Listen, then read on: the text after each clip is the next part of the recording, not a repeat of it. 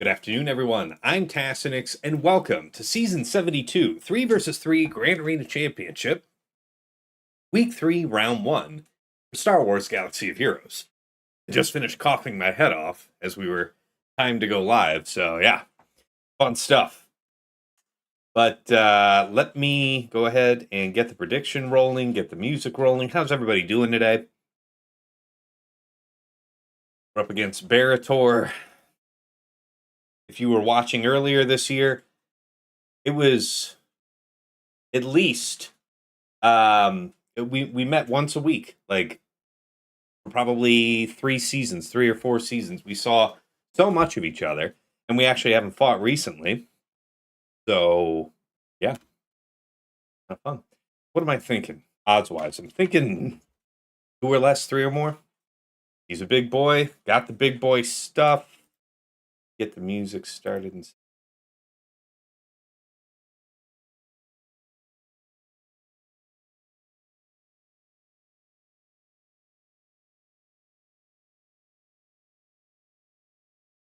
there we go. All right, Swugga Player, hey, how's it going? Dim Tim, good luck, Tass, appreciate it. Sprizzle, good luck, Tass, thank you. Galadis, what's good? Darth Leia, good afternoon. Good to see you, thank you. Thank you for the good luck. Sheepdog, good afternoon. I hope your round goes better than mine. Ugh, sounds bad, buddy. All right, so yeah, let's get ready to take a look at Berator. All right, rank 6 fighting rank 9. My 16.5 million GP to his 16.4. Top 80 GP is 3.23 million to 3.23 million. Yeah, I'm 3.238. He's 3.235. We're basically the same. Zetas, both. I have 430 to his 429. Ha! Oh, GAC Omicrons. I have 88 to his 87. Top 80 average speed. Hyde, 168. Perhaps the most even match I might look for this season. All right. Plus 25 speeds, my 313 to his 278. 20 to 24 speeds, my 621 to his 720. Plus 20s, I have 934 to his 998. Plus 4% offense mods, my 297 to his 172. And plus 6% offense mods, my 110 to his 37. So he's, got me on the middle of the speed belt. But I've got offense on my side. Relic analysis, total levels, my 2611 to his 2569. Relic 9 characters, I have 175 to his 161. Relic 8s, my 119 to his 122. And Relic 7s, my 10 to his 16. Datacron analysis, total rerolls, my 289 to his 351. So he doesn't have like a ton more than me, but some. Level 9 Datacrons, my 51 to his 56. Levels 6 to 8, I have 1, he has 0. And levels 3 to 5, I have 7, he has 4. As far as the GLs go, see if anything jumps out. Pretty good offense on that Sith Eternal. Faster than average, too. Interesting. He was setting Sith Eternal on defense when I scouted him. Part of it, maybe? Okay. Rest of it looks pretty reasonable. Yeah, I actually like this offense tacked on to Hondo. That's dangerous, man. Makes me nervous. Nervous. All right.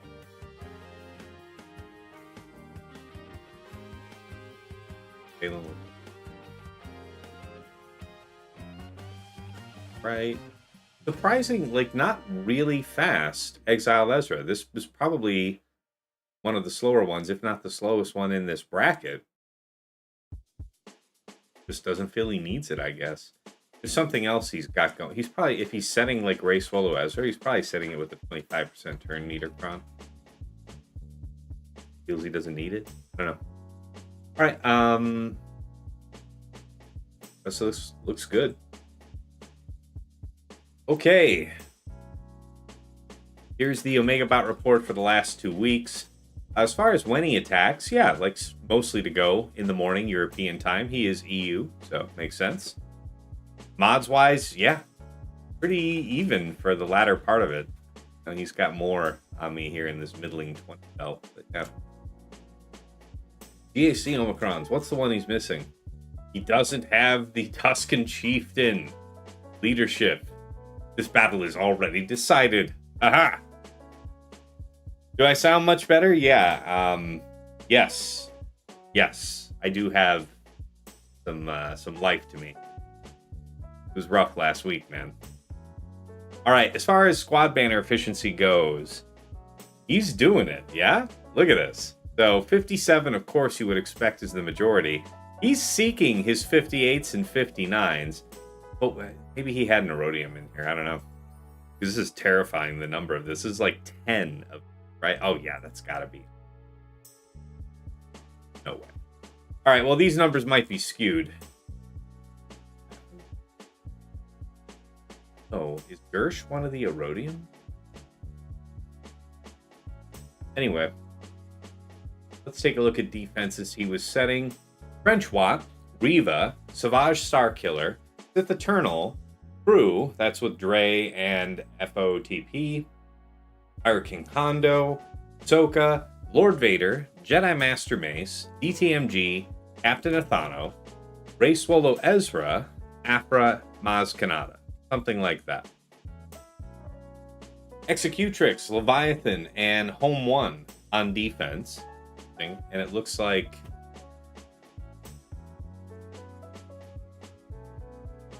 some opponents didn't even see his fleet. All right, what would we expect to see bottom front? Something like Trenchwatt, Reva, Savage Starkiller, Galactic Legend C. Yeah, C here. And then Crew, DRey, FOTP. What I would have. All right, offense. Leia, JMK, Jabba, Wampa, Darth Revan, Clacker, BKM, Bane, Cere Malicos, Great Mothers, Queen, Balin, Gungans, Malgus, JML, and whatever else was needed.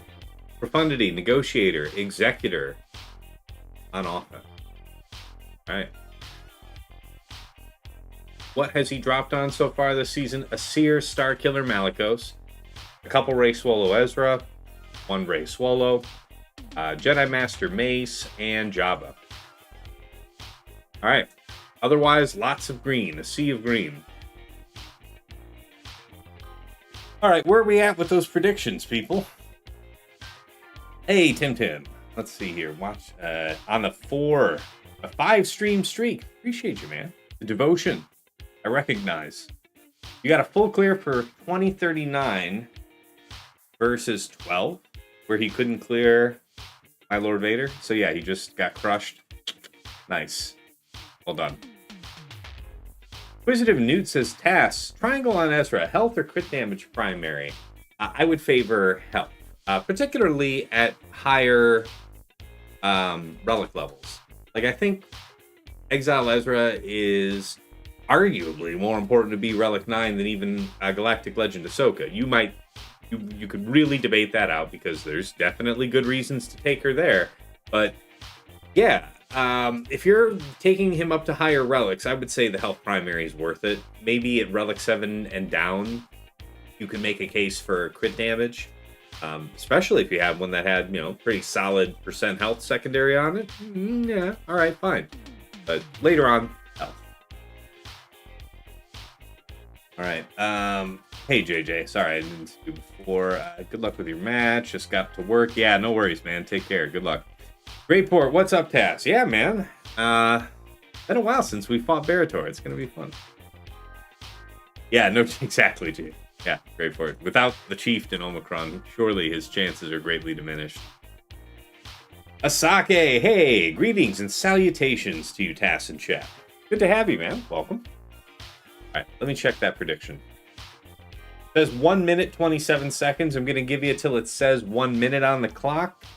Get in those last minute votes. Is it going to be 2 or less drops today, or will it be 3 or more?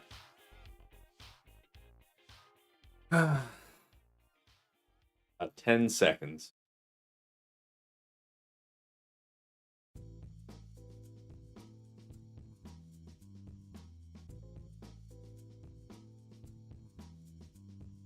All right. Missions ended. 16% of points wagered went to or less. The overwhelming majority. Wow. 84%. In interesting terms, it's like 5k points wager total to 81.5k. You guys think I'm going to eat dirt out there. So let's see how this goes. All right. So there's some good news here. Berator put up a 2010, which considering some of my opponents this season have been putting up, 2070 plus on me. Good, but it depends on how crazy he went on defense. So we pull up PrimeBot, and I'll give you as much as I can. I'll tell you what we'll do. We'll just look at the board, and then I'll read off the scores, because he did most of this when I was just middle of the night asleep. But here. Bottom front, we had Aphra, BT1 000 with the Sorticron, followed by Malgus Malik BSF, High Health Cron, Jabba Kersant and Boushh with the Darth Vader Cron, Ithano, Hondo, and Nest, which actually got a hold. And then we had Pirate King with Silvo and SM33. In the back, we had Saw, Luth, and Kyle with the Rolocron, Queen, Master Qui-Gon, Padawan Obi-Wan with the Jawacron, Lord Vader, Appo CX2 with a very high health cooldown reduction, like over 100% health. And yeah, depending on whether or not I don't know for sure what the banners were on this. Maybe it was BCAM, maybe it was Maz. We'll have to find out when I that back wall. All right, Rey, Swolo, Exile, EEzra. This actually took him 4 swings to get through, so you'll know which score that is when I go to read those off. And then you'll have Ahsoka, Watt, and Padawan Sabine with like a 96% health, long text, level 6. Light side buffs, level 3, the evasion up, health up 1. He one-shot that as well. All right, top side. Got Fugitive Omega, Crosshair, Mercenary Wrecker, Finn, Zori, Resistance Hero Finn with Stuncrum. Got Radis with the Radis FDC, Jedi Master Mace, Depa, Temple Guard, and then Balin, Shin, Marok with the Marokron. As far as fleets go, it was Home 1, Executrix, and Executor Triple Attacker. So, let's check the scores here. Was 51, 57, 57, 53. And then 57. So that's the story of the bottom front wall. From there it goes 55, 2.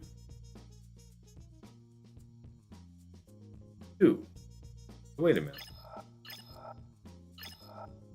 Oh, right, 37. Yeah, that covers the drop up front. Yes. So the 2 was on the Rey then. Then he got a 58, 57, 55, 57, 21. That's how Rey ended. So grand total of 23 banners for all that. Nice. Nice. Then he got a 55, a 56, and that wraps up squads. On fleet, he scored 76, 72, and 73. All right. Did the calculation earlier. I want to say something like a 52 banner average. Check that real quick. It was 1570, I think, was his ground score. Minus 10 for first attack. Minus 260. Divided by 1552 on the nose. So, sounds good, right? But what horrors await? We'll find out. Upper your cam, I can't see your Discord voice icon. See your Discord voice icon. Hold on. Let me figure this out. Let me check the chat here. What way do you mod Bane? I'm getting him after next Proving Grounds and trying to make sure I have the mods for him. It's Megan13. Check out my YouTube channel. I'll link it. I actually believe I have a mod guide for Darth Bane, don't I? I hope so. It'd be embarrassing if I'm pointing you there and I don't have it, but I'm pretty sure I did one on Bane. So that will give you, there's chapters, so you can, just get the TLDR in the early part of the video. But if you want the details, it's there. Upper your cam, though.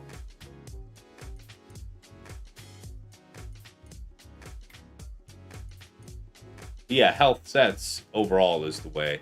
If you're higher relic, I prefer crit damage triangle with high health on the secondary. A lot of people go with the health primary on the triangle as well. Before health primaries. All right. So enough about my defense. That's how we got to 2010. Up top, he's got Saw, Luth, and Kyle with the Radiscron. I haven't fought.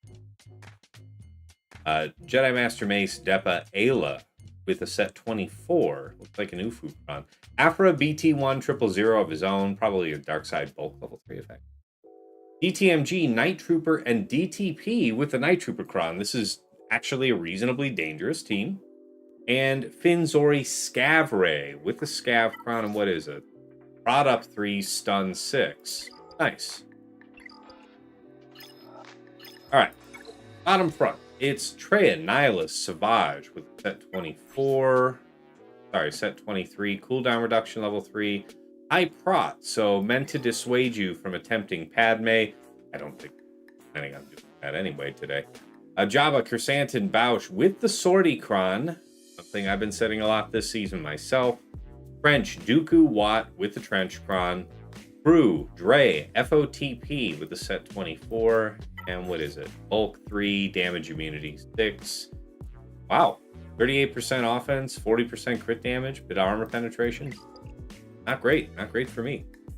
All right, then Reva, Grand Inquisitor, and Ninth Sister with the 9th Cron. Down reduction 3, long tech 6. 9th 9.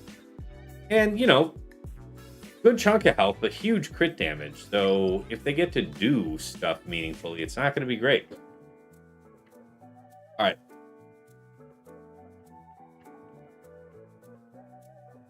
Yeah. Smegan, you're saying you weren't sure if you wanted offense and health sets or just pure health sets.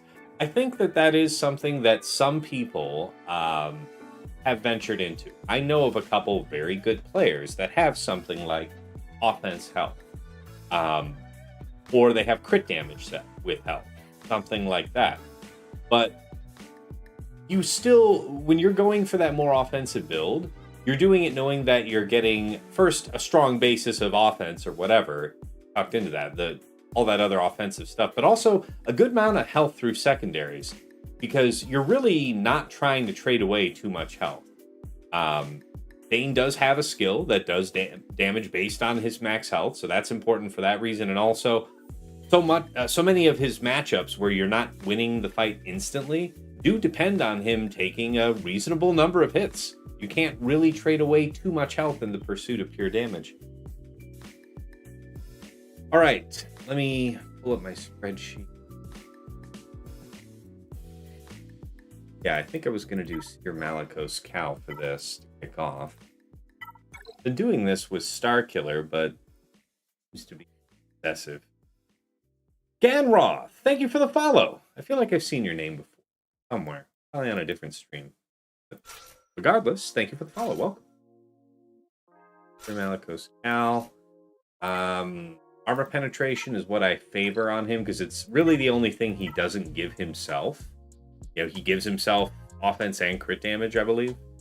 So armor penetration feels disproportionately impactful. I also like the buffs up level 3, though, because these earlier moves are going to call him. Let's think about this. If I go with Cal, unless something hits him and he counterattacks, he wouldn't have the buffs up before I go to rocks, right? Because when I use this Cron with Starkiller, okay, fine. Anyway, that kind of makes me start going with this. Nope, not this one. Sorry, this one. Nope, not this one either. That's the one. Okay. No on-screen chat. Oh, yeah, my bad. Yeah, I still had that set up from when we recorded Plotting and Scheming the other day. You jumped from YouTube on mobile to Twitch on PC. Okay, Yeah, I knew I saw your name before. Kim, hey, good afternoon, Tass. Hope all's going well. You're about to find out. We're going into the very first fight of the day, and yeah. See you in hell.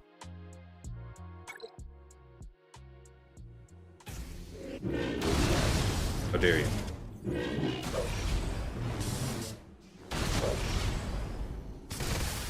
Oh. Mean.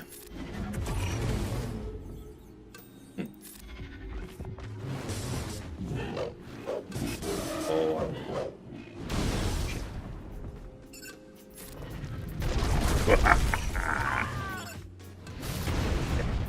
That's a buy. We mustn't use the cleanse, lest we deathmark ourselves. Are we over 20 stacks? We are. So that means 1, 2, 3.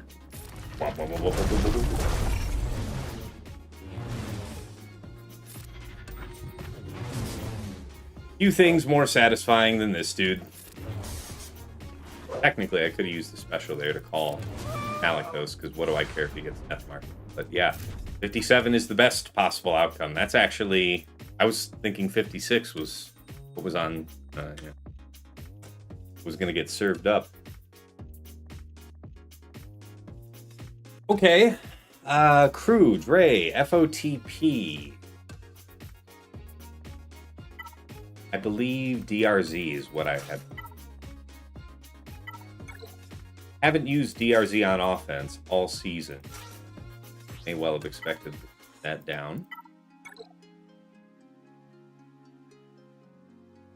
Depressed Wampa, good to see you, man. Good day, chat and task. Good luck in GAC. Appreciate that, man. Thank you for tuning in. Argots, good luck, Tass. A lot of good folks in the chat today. Good to see that. All right, critical damage. What do we got here? Who do I have that for? I'm usually using that with Queen. This one for who? First of all, these are going to be rare for me. I don't have a ton I have recently realized. The protection up is nice for Zalbar's sake, but I don't want to trade away too much crit damage. So...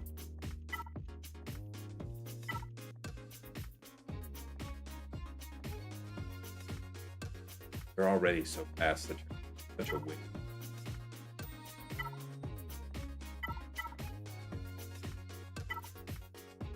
%50 crit damage and 25% health, I feel like I can reasonably part with. I'll be okay with that. Akuma, choo-choo. What? Are we starting a hype train already? Did I miss something? You just saying hi, Akuma. Regardless, you're welcome. DJ says, hey, don't shit the bed, Taz. All this positivity going on. Stuff to bring you back to pressure. Yeah. Well, this is the type of fight. Do it. We'll see you in hell. You just pull on my chain, Akuma. Cruel. Monstrous, I would even say. I do this here.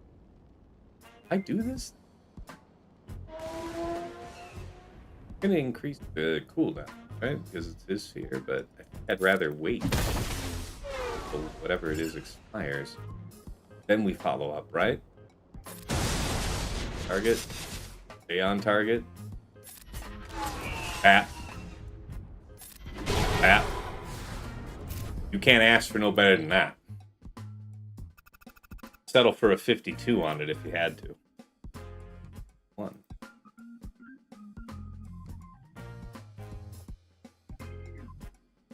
All right, well, yeah. Next time I don't need to agonize about how many hits Zalbar is going to take. Berator has a strong cron on there.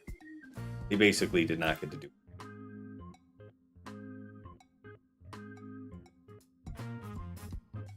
What do you envision the right 5-tune team for Forlom to be? I'm not usually the guy for speculation, man. I need to know what Zuckuss is about.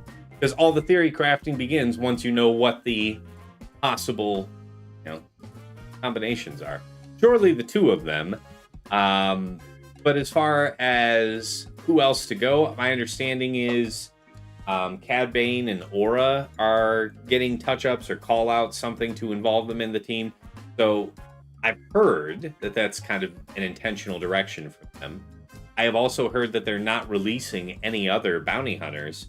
So if you had to say that they're pushing us in the direction of Aura and Cad Bane being thrown in, then as a fifth option, and particularly in Grand Arena, surely it would be Zam, right? Get all those stats and make Zam monstrous again. Something like that. Yeah, Zam Omicron would be coming back into vogue, Bobby Buckets. Sorry for the cough, guys. Ray Rock, good Thirsty Thursday task. Been lurking while I was planning my attack run. Nice, good to have you. This is going to be a good one for a higher protection up front. I think I'm just going to go with JMK. Did enjoy Mace. Want to have crit damage. I want to say Dagger timed out last night by smiting. What's her name? Boushh. I remember being able to saw through my last opponent. I want to say that I can do that here. It's always... How thick is thick? Freaking thick, honestly. And that armor's somewhat dangerous. I think I go up... last time I did this, just a couple rounds ago, I went up to the full ultimate. No, I think I might have taken the quick one. Yeah. Because I smited her so that we just arrest the ultimate charge.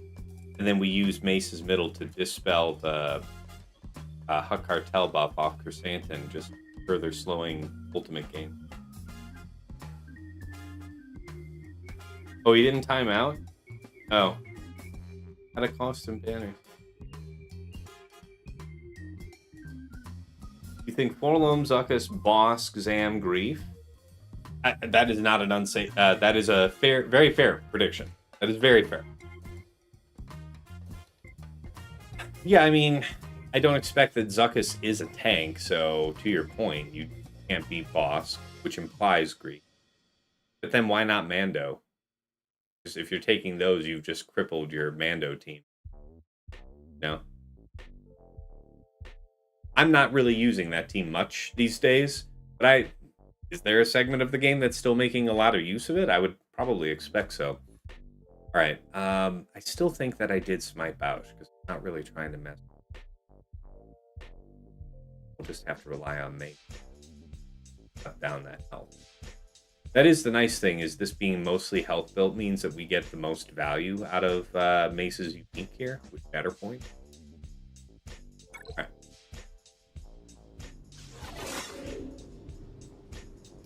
God. There.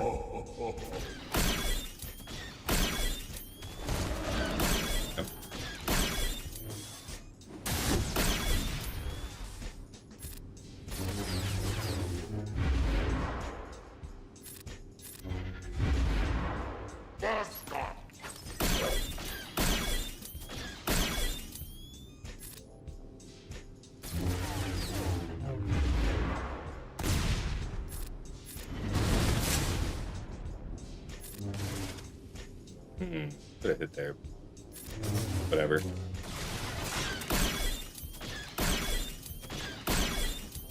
Don't want her to get to it. Two. I say let's go.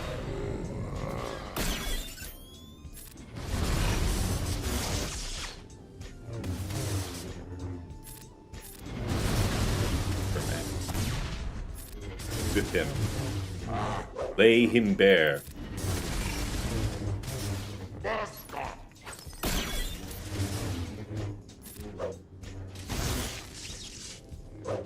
Oscar.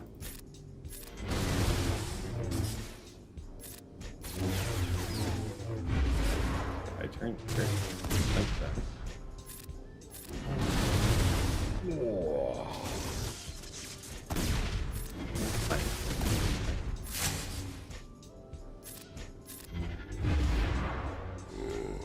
That's grenades going. Getting into danger zone, actually. Not my fave. Gonna go for the full ultimate. And of course.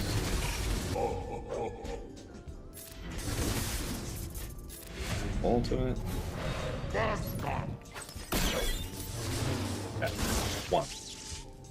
Kill him quickly again before he can be buffed. Alright, now we have 2 minutes. Put him down for ultimate. It is possible, but it is... oh, yeah, that was a much bigger hit. Okay. Looking good. Looking good. High crit damage. Assuming important. This is a killer clone. Yeah. Here we go. 7.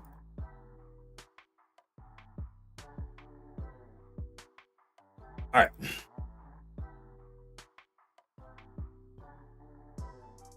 Trench. What was I gonna do for Trench? What do you guys like for Trench, Dooku? What?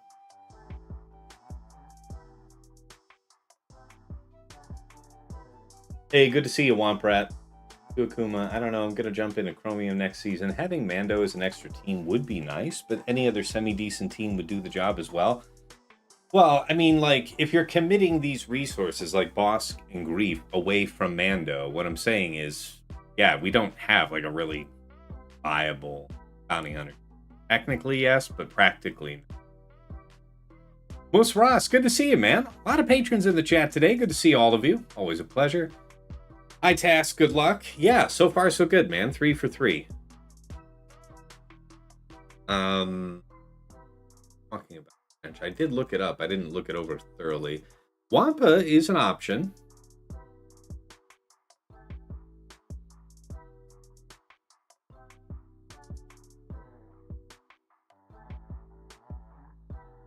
Oh, originally I was thinking there, but don't against what did miss?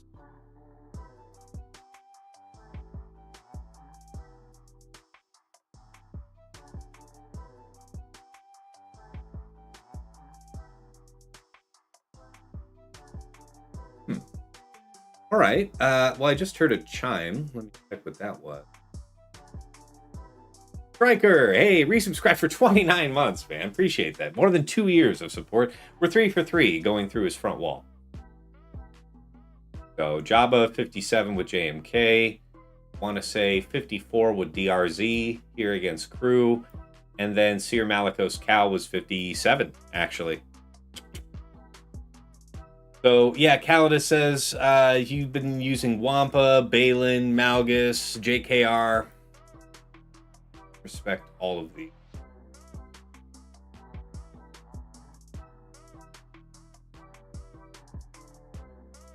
The JKR one will mess your JML up. Yeah, right. It would come. What else there was?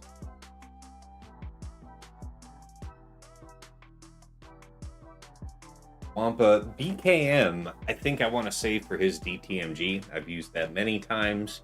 And yeah, 54 is something I could live with there. Going to be a 54 here, I'd say. JML I don't want to use here. Interesting. So Gungans doesn't look like it's a good fit here anyways.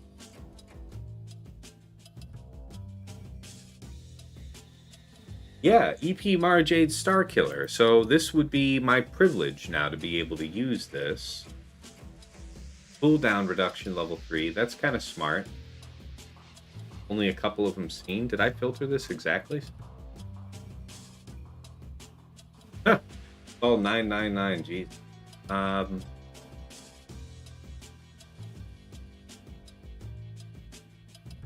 We will cleanse because the way I have them ordered. Am I willing to take a risk of MaraJ Circular here? Did actual risk? And that's good.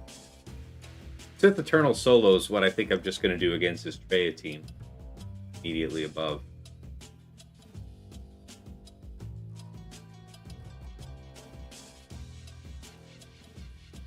The other choice would be Traya of my own, which I do have. And Traya is a clean 57. Did I have Traya otherwise written, signed to something?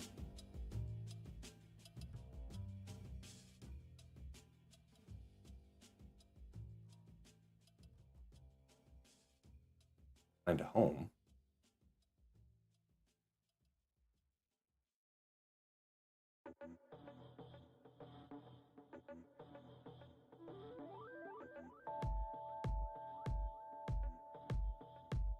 I don't think I want to use Wampa, but I don't want to risk. Traya is the answer.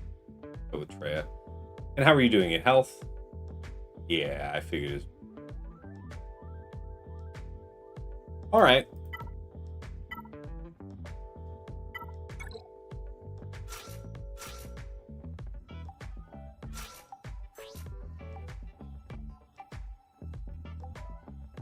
Chat back up so I can see you guys. Oop. Traya Mirror may not be a bad choice. Debating C. Maybe. I mean, the best other option that I'd like for Traya would be something like Balin, but I did put Balin down on defense. You'll notice not a lot of 58, 59 action on me. You got like 158, you know? So I feel like I had to commit something a little heavier than what I have been.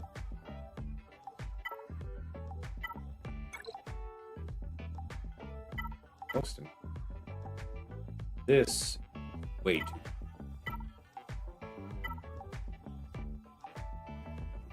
This is okay. Good damage, health, blah blah blah blah blah. Fighting our time. Rayrock can see Solo, 5th brother, 8th brother, and 9th sister with the 9th sister Kron. I think I'd have to check the mechanics. The issue is whether or not I want to say when Reva's the lead, when she does specials, it's calling 9th, and I wonder if that's a product of the 9th sister effect, like when the leader does something. Basically, if she gets called to assist, that means her basics hitting you. And if she's modded for high health, that could be bad. So I'd check on it. Hey, Wolfman. Wolfman, you're the same Wolfman we were doing Helldivers with yesterday? Because I've definitely been bitten by the bug. Get it? I've been wanting to play more, so I'll probably be doing that later today.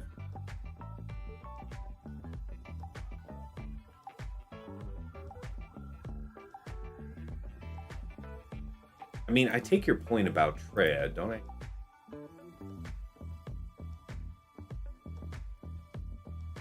All I filter. Is that the way he said that? He did. Yeah, that would be a rare duck. He did it for the protection.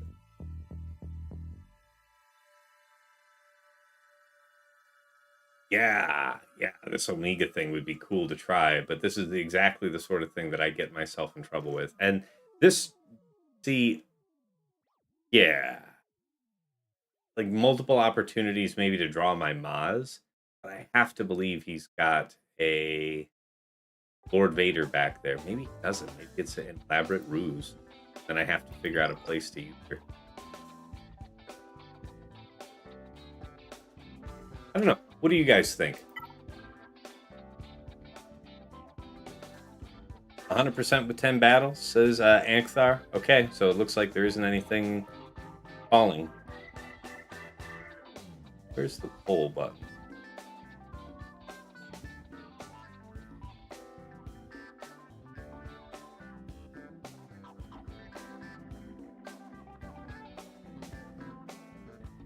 Okay, create a new poll. Question. Against French. EPSK or Traya?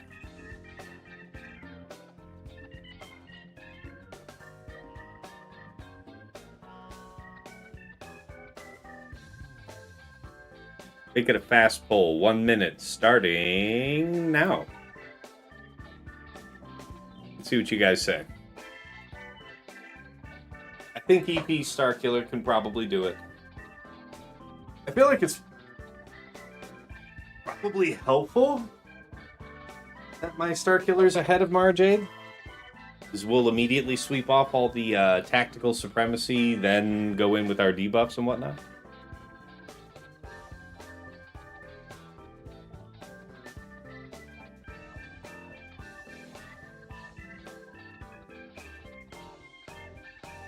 Yeah, nice. Nice, Wolfman. Glad you've been enjoying it. Yeah, Womp Rat. Yeah, we'll get in on some for sure.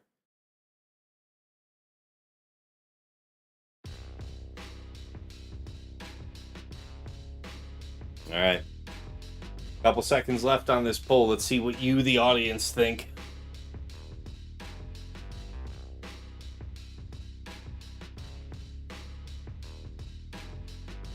Wow. All right. 6-3 went with EPSK. So be it.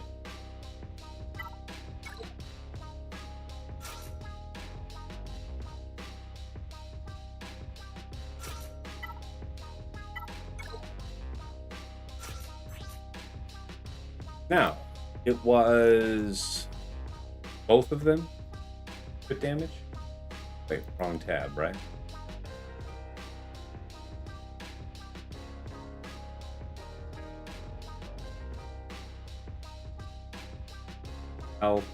High potency. With bulk. Good damn.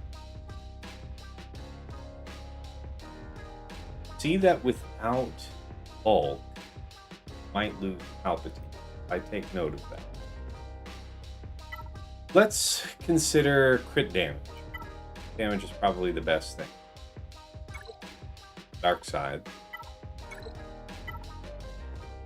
We do have Great Mothers for offense. This is the typical cron that I'm using with them. This one I kind of like. Who am I using this for?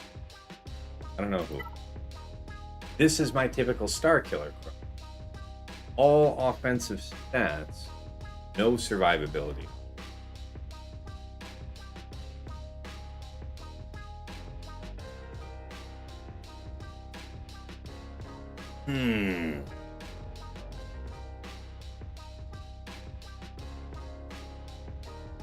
Only had 20 health on. The health was not integral. Gotta be about damage. If it's mostly about damage, then it should be this run. Yeah, and buffs up 3 on Star Killer is mine. Alright, let's roll.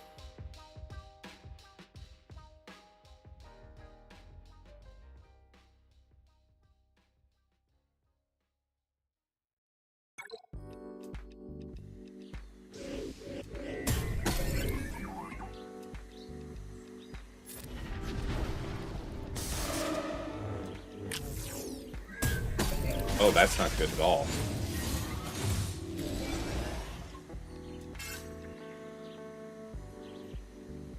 So we have to burn this sweep, right? Have to. Not trying to just throw all my debuffs into nothing. Oh, ability buff. Assume that we must go for the fun.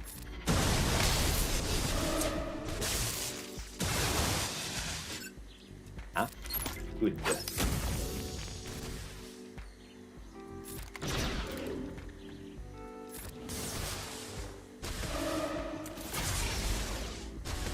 think that's a L.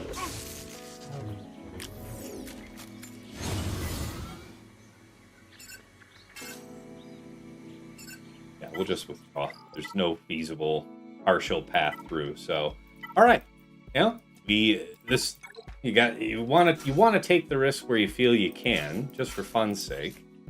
And I thought we had something there, folks, and I think you did too. We were all working in good. Nevertheless, that shit ain't work. So yeah, I don't think there were any bad moves. They just immediately got their buffs back right after I cleansed them, and yeah. Yeah, so like MaraJ's first turn was going to be wasted regardless, because if I'd held off on doing that, she would have had her turn, that first turn, into those foresights anyway. So, I don't know how people pulled that off.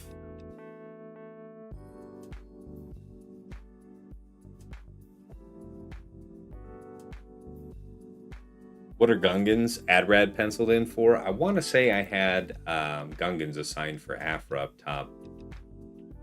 I know Gungans can handle these guys, but saw some questionable win rate at high relics. So that just makes me want to, you know, be respectful. We're going to do that.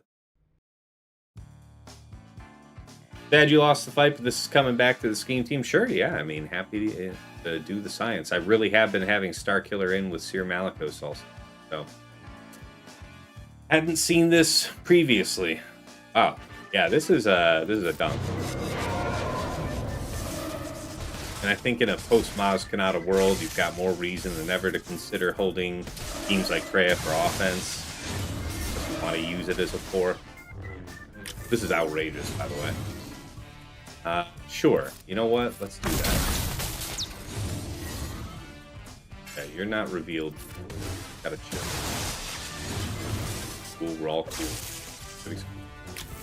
And your stealth again. Love it. Wouldn't change a thing. You're gonna be dispelled immediately. Let's see how hard you hit. Not hard. No. Ah, hello there.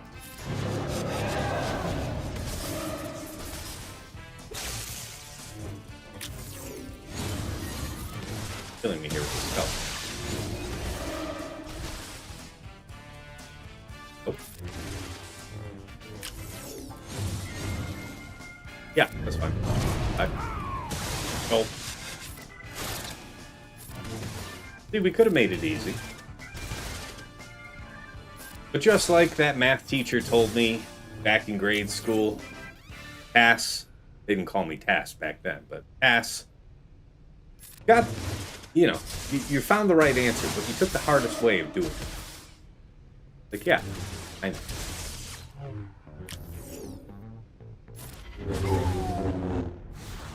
All right. Now we know. And knowing is half the battle. All right, 0 plus 7. So.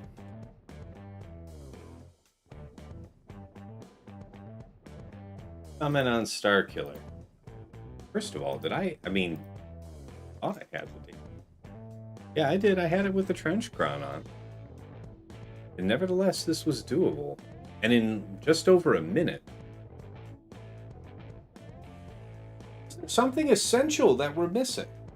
First of all, it's not 2 attempts done by the same guy. It's 2 different people, 2 different crons.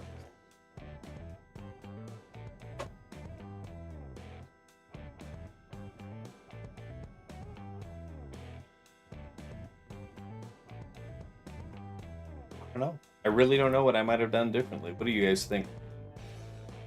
Yeah, Berator's Trench is something else, no doubt. Yeah, no doubt about that. Matter of fact, yeah, Conspire. Fair point.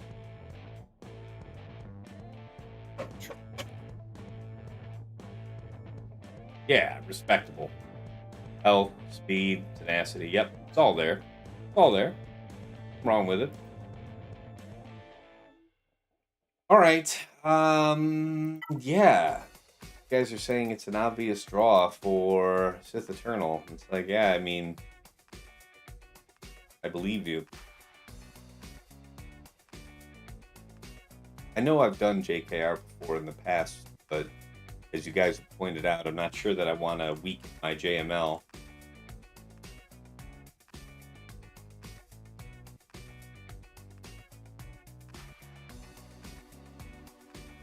I want to say it's going to be Solo for me. Star Killer modded to be faster than MaraJ for buff Dispel first to the MJ third.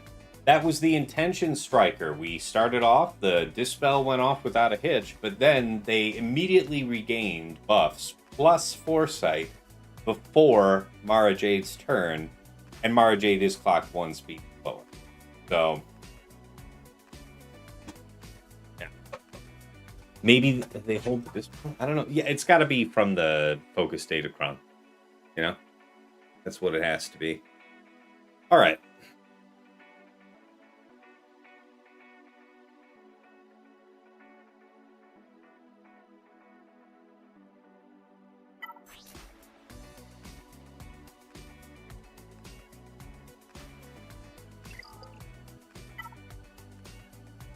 My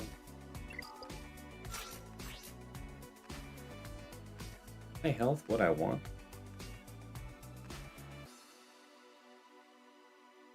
Almost anything. But health is where most people. So, yeah.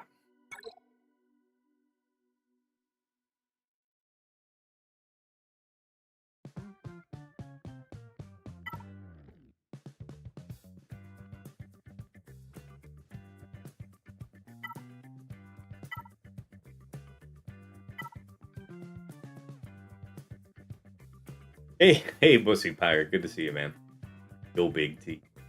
Oro, hi there, mate. How's it going? Yeah, it's going. We just had our first drop, but then we cleaned it up with Traya. So it was against a trench team, and it was EP MaraJ Star Killer.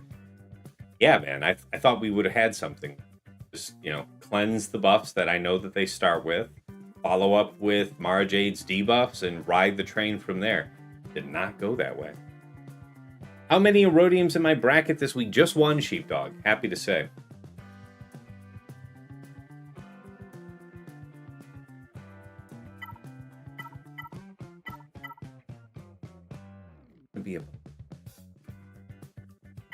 I didn't feel like I want. This is huge health.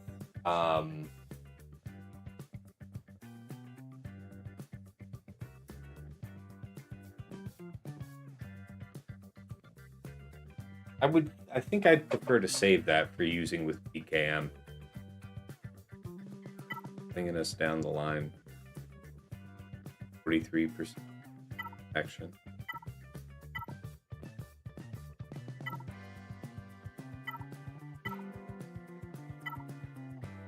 I could live with this. Yeah, Ramjo, that's a good one. Good high health one. You will need more alcohol? Yes. I do expect to have, I'm hoping, 3 real matches. All right, let's see what kind of horror show he has for us in the back. I mean, when I stop and think about this, is there really any way that I did? I don't think so. Not with what I've committed to do. Good news is I have a good amount of options for the back wall. No more drops. That's the... We need to make sure that we delete Nihilus and...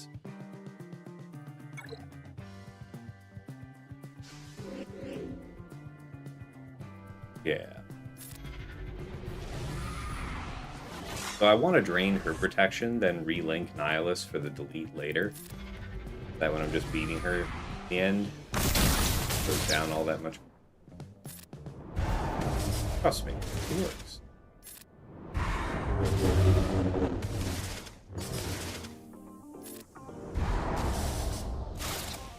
It's already without protections. Relink ASAP.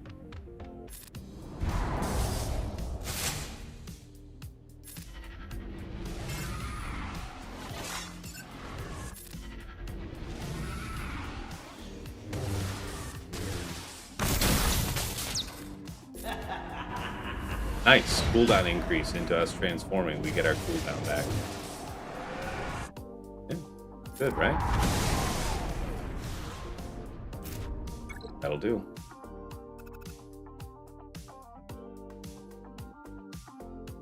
Gate. Alright, what do we got back here?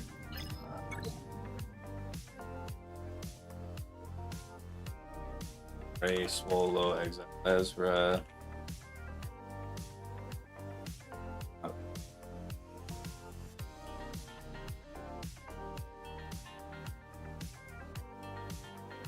Better not have been. Alright, Leia, Drogan, R2. Yes, PKHO. Yeah, Silvo, Brutus. Okay. I think I'm going to go with Hux then. I think I want Hux for the reset. I need that. All right, Kel. card. I know we've got an option. So General. What's his? Wicket? Is it? That's sure. Chirpa? It's Chirpa.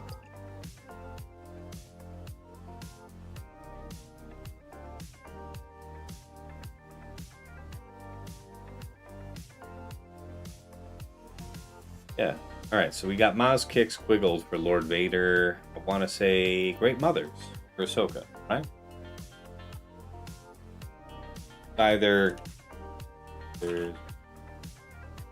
Spirit or it's Bane something, right? Against Kelleran. Done that. Nope, I'll figure it out. Pirate King. So yeah, Slacker. I guess I should check this. Silvo Brutus with the Silvo crown, huh? Okay.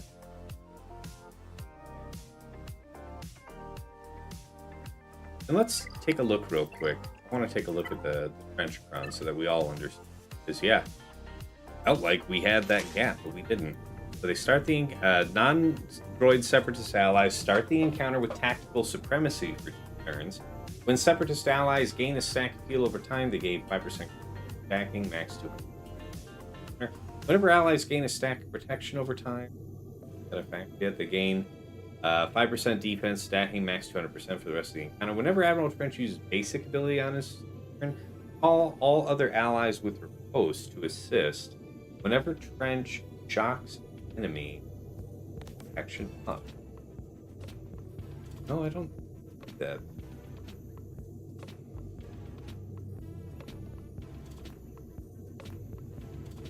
How fast was Dooku? I can't imagine that is Dooku faster than my...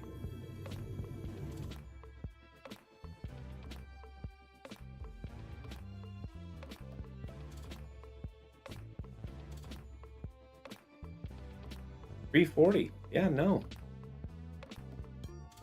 But what effect is it?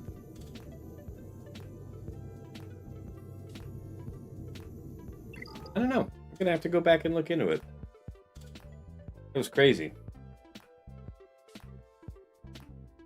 Yeah, mild terror, Tim. Yeah, man, you don't want to have these problems. Gonna win this round? I think we're in the same bracket. Oh, you're talking to Striker? Nice, Spovo. Hear how that goes. Good to see you. Yeah, Hux to stop turn meter. I mean, there's not an OG Hondo to cut off with Hux. That's why I'm actually going to look it up, because I wonder what the difference is. Okay, this is clean.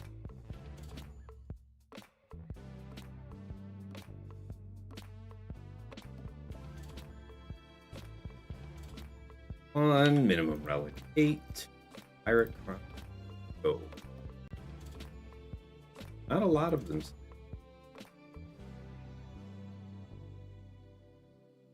Tell us the details. Hux 90%.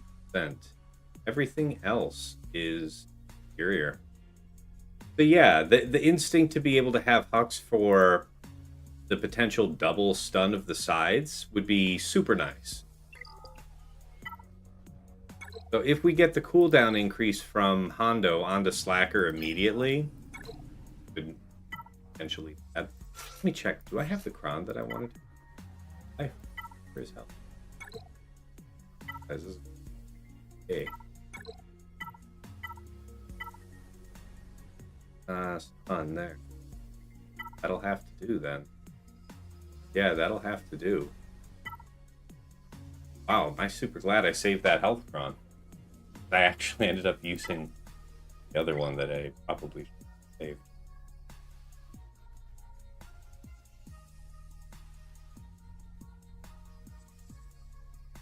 Okay, you know what? While we're here, why don't we do this one? Terrifying. Hope I didn't just watch this.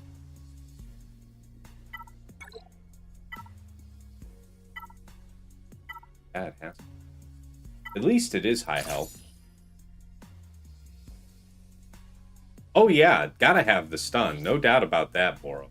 But we're rolling with the stun. Get no argument from me. Per meter means that we'll get to put stealth out onto Leia at a time, hopefully. Then we'll just have to ride it out. Have it. Yeah, crit damage is not available, friend. Fortunate, but yeah, the way it is. Okay, we didn't get the lucky stun there. That is not my favorite stun. Got to do this here. Not my favorite, this part, but usually I'm putting this here, but I want to have the follow-up potential stun. Not getting the stuns today. Okay, without any added crit damage, however, we just did Boomba. Your guess is as good as mine. I have no explanation. Do we... Yeah, I think we do. We want to follow up. I mean, it's whatever, that's fine. Still work through your Inspire basic over here, get the stun. Very nice. Call on to her, buff up R2. Fire is gone. Logs set up. Last couple Inspire off.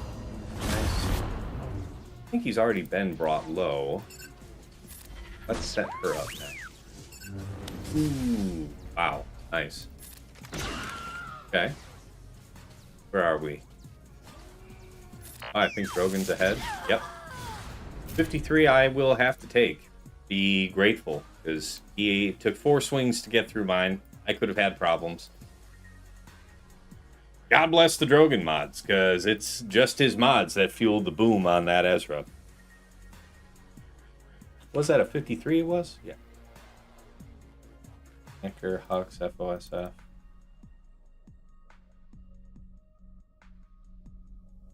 Alright.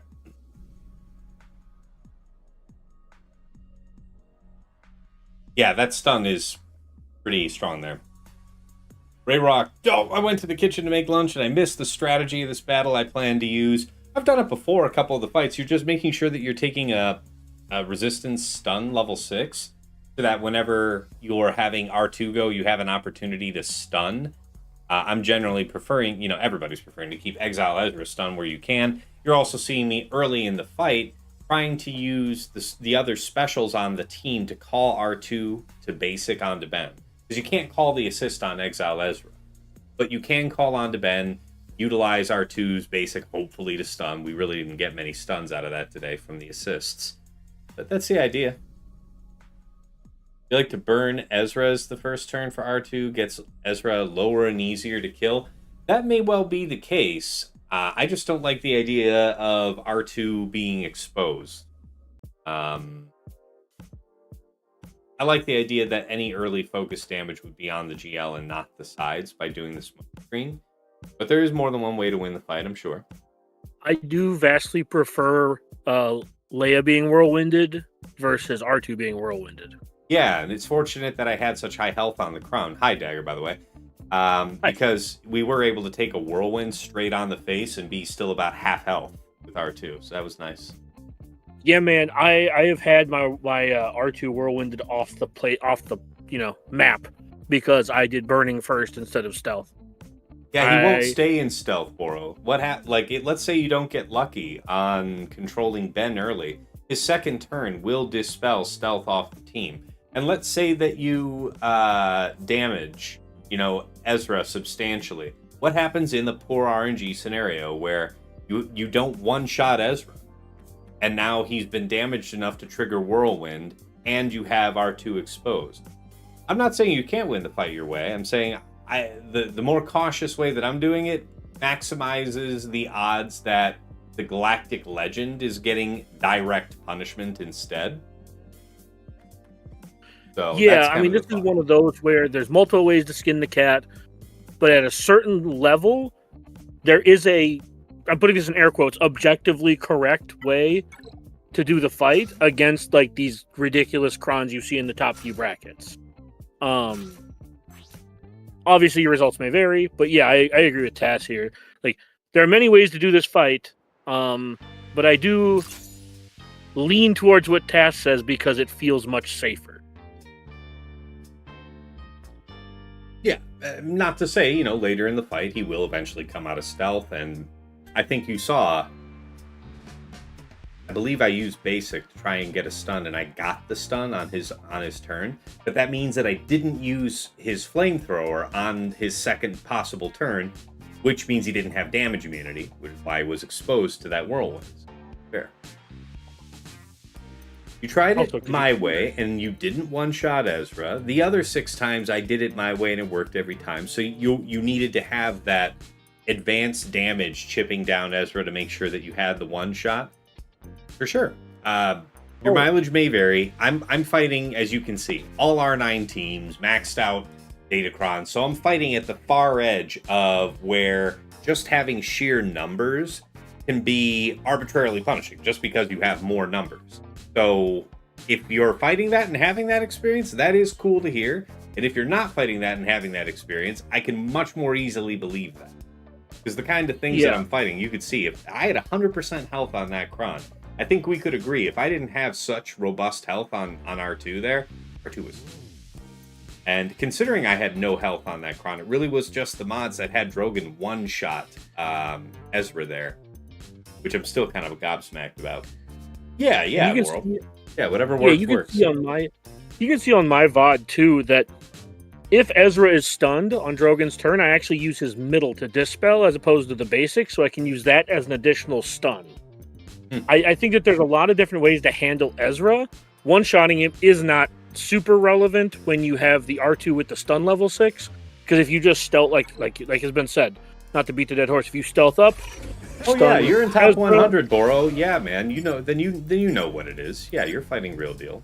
I'm not pushing back too hard. I'm simply saying that if you're looking to be as safe as possible, to have the most consistent fight as possible with the current Kron sets we have available, you stealth everyone but Leia on the first turn. If EEzra is still stunned when Drogan takes his turn, you use middle instead of basic. Because the basic will be another stun piece there. But yeah, there's a lot of different... Also, because you stream your OBS. After the fight, yeah. Sorry. How's that sound? Why are you inaccessible to me? AoE then. Reset, stab. And I say this as someone who is in like a TW guild, who has had and participated in a ton of testing in this fight. So it's not just me saying this. This is the way that the fight is done, right? Like you Jin swap for the same reasons. You want Jin to get beat on instead of anybody else. It's the same concept with Leia. I don't see. Because as someone, looks like as someone who's had their R2 whirlwind, I will not be doing that again. Yeah. I don't regret the decisions that have led me here. Yeah, Boro, I mean, I think you're my guildmate, Boro, right? Because I think I'm used to seeing you more on Twitch, so I guess I didn't recognize you. But yeah. Yeah, man. We're fighting real people. I'm not going to burn this here.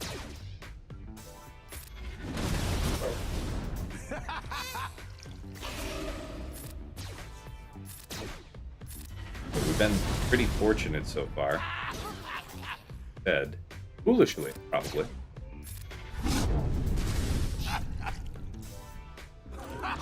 Yep, there goes our man. We had dared to hope, but yeah.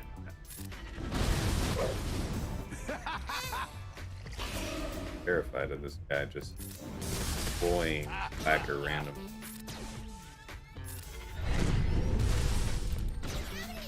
Fine, please do focus. Okay.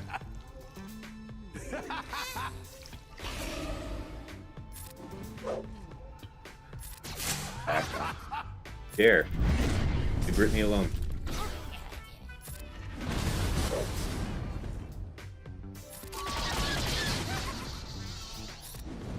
The dodges are safe.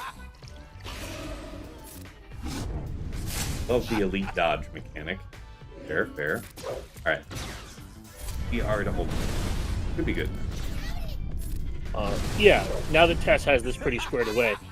Ramjo Linu asks, so are accuracy mods making their way into the meta now? I would argue they have been in and out of the meta for the last couple years. I think that it's worth having 3 to 5 accuracy arrows that are reasonable laying around for various metas and various counters. I know I have a handful of accuracy arrows on people for very specific reasons and matchups because people like EEzra exist. My MJ generally has an accuracy arrow because if I ever want to do EP MJ SK, she's gonna need it. Hi, Kazacek. Yeah, yeah. So I would say I wouldn't go out of my way to farm a bunch of them just for good ones. But when you are farming mods, keep your accuracy arrows and give them a try to see if they end up being anything relevant. But yeah, I don't know if I would go out of my way to farm just for accuracy. I would just stop selling your accuracy arrows and give them a roll. Because I know the general what's the term? I know the general consensus on them has been just auto sell your accuracy arrows, and I don't believe that's been true for about a year, maybe 2. I don't think CG's trying to make them relevant, Ramjo. I think that they have been relevant because of relic levels giving evasion. Yeah, but to his point, like you're having this new conquest unit have a huge accuracy leadership, which I'm still not exactly clear about the usefulness of. Yeah, I'm sure it will be revealed, but yeah, there does seem to be a growing role for accuracy. Yes. Yeah, and it's been so. Also, hi Scribe, good to see you, man.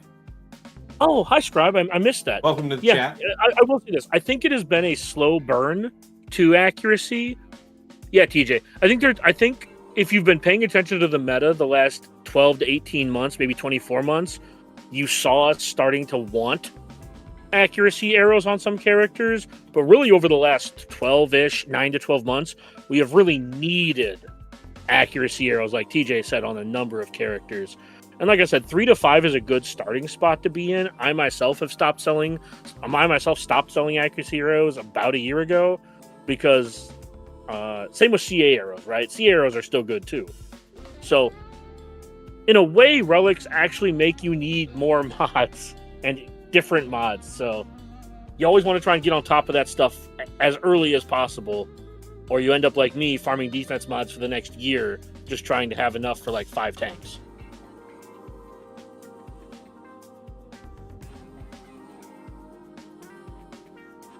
I don't think I've fought this.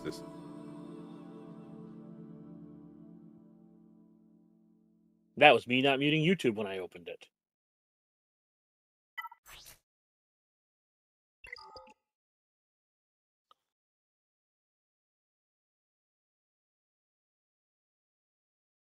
Oh, yeah. You're fighting Berator, right? That's correct. Yeah, let me get you on live. Berator is really good, man. He's terrifyingly efficient. He's been on a tear this season. Hasn't lost one yet. Oh, good lord. Yeah. He took a break, I think. I remember seeing him in like the 60s and 70s. I guess we got to do this one, right? And yeah, I guess I better refamiliarize myself with what I need to do. I think I need to use her third on her first turn. I'm under the impression that this is basically click buttons win.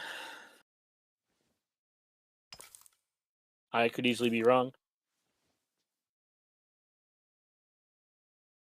Target enemies. You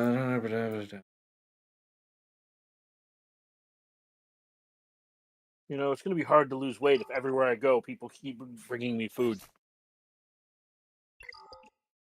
It's just part of the passive mechanic. Yeah, I think you open up with the cooldown increase on Lord Vader, and then I think it's kind of child's play to just get him dead. I guess we'll find out together. I'm under the impression that the clones are harder to kill than Lord Vader with this team.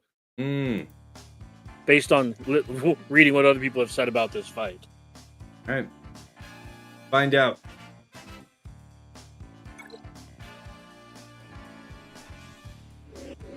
Hi.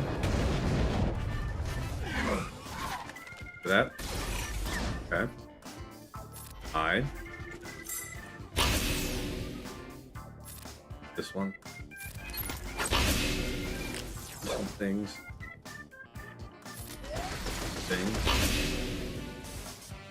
You look blinded though. Bad read. Okay. This is like our revive. What else does it do? This is question for the chat. Have you guys been just ridiculously impressed by Quigold's damage? Quigold's incredible damage. I was not prepared for the amount of damage that guy was about this to boy do. hurts. Wow. He's in my squad arena team. He's a bad lad. Don't want nothing to do with that. Oh, Scribe says he did it with Smee and Quigold this round. Yeah, Which I've I think heard several viable compositions. Yeah, I wonder if Kix is the best, because I do think you want the damage dealer, because you look like you are taking way longer in this fight than I have heard reports on. Mild concern getting in. Yeah, yes. Legitimate concern, because I have not... Every screenshot... Oh! Dispel? Pretty much every screenshot I've seen is Lord Vader being dead in 45 seconds. So the fact that he's still alive is concerning, problematic. Yeah. I haven't seen the death mark forced yet. Of some note. Well, it's because Lord Vader still has a stack of prophets, you see. Oh, yeah. Yeah. All Sorry. right. Just... Oh, I mean, I was worried for nothing. It looks like you're going to chew through him regardless. It does look that way, yeah. I mean, it does seem... This is goofs. This is straight up goofs. This is goofs. Yeah, all right. So for future reference, this is one of those rare full auto type of things. So I pronounced the dead Lord Vader on defense. He was good weeks 1 and 2. That is done. Man, BKM is so... Man, I feel bad for BKM because she was already on the chopping block, and now she's actually relegated to killing bad teams.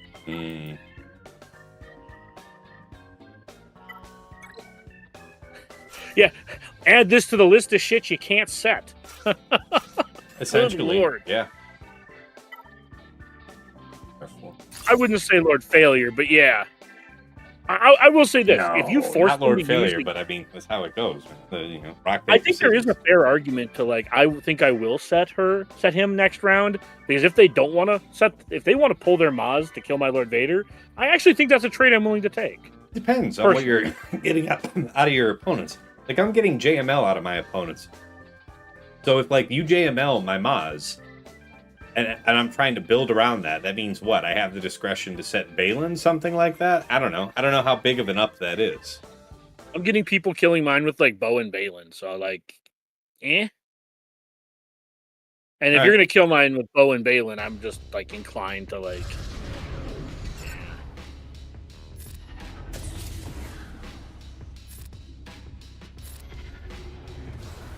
GM. Look, GM is incredibly forkable right now, I think. I think if someone's going to use your Great Mothers versus Maz, you can really punish them with things like Queen Rolocron in the back.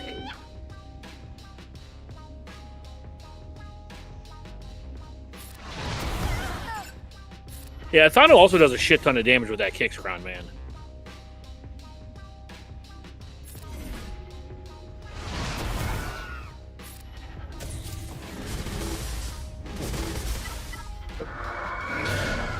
Right. Yeah, you used a Thano and it was over quick, says Proudest Monkey. Yeah, I set... I don't know if you saw my front wall. I had an Athano, OG Hondo, and Ness team bottom front that I lifted off of Sasha. And that got a hold for me. That's one of my 2 holds this round. So I liked having that at my discretion. And then you saw that I guess the fight takes longer when you're going in with Kix Quigold alongside Maz. But I don't think you saw me getting into a dangerous position all fight. Yeah? Alright, things are looking good back here. Kellerin is the last.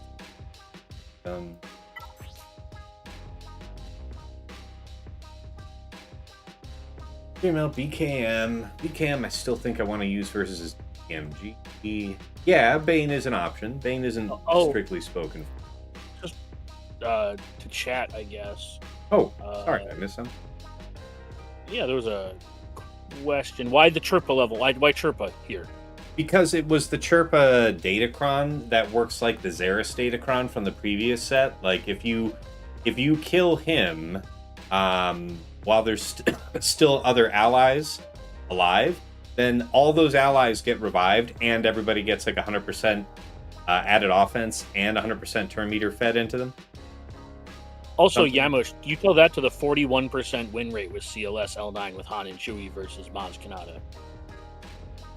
I've heard about that. I don't think I'd try it myself. You guys saw me try some shenanigans with CLS recently, and they failed. So, man, shenanigans get punished. Yeah, I have no intentions of that. I appreciate the people who can get it done. I'm good. Okay, so we see what that is. Because it's 41% across 12 battles. Oh, it's 40% overall in 45 battles with the CLS Cron. Like, I am good. Oh, no, actually, it's 22% if I take off cleanups. Yeah, I will not be doing that. Yeah. Yeah, I'm out. I'm out, skis. But God bless you if you get it done. This is... Wait, 2010. How many drops do you have so far? Just the one. Front. Oh, you're actually in really good shape. So far. That's awesome. And I think I'll be okay for fleets, too. That's the nice thing. If and when we get there. If by the grace of God. What is that? That's alright, but it's wrong. Alright. Blast them.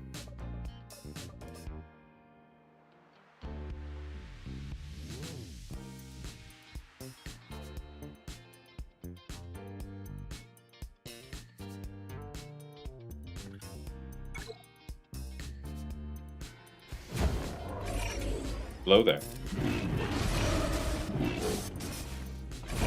Hello there.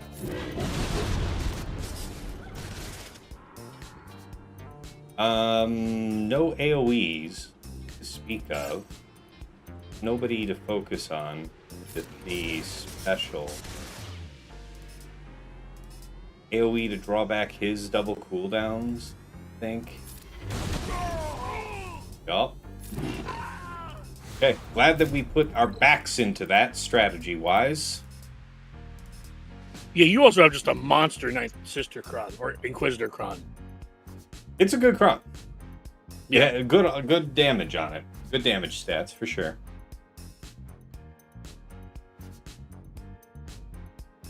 Yeah, Ramjo, if we die, we die. That's right.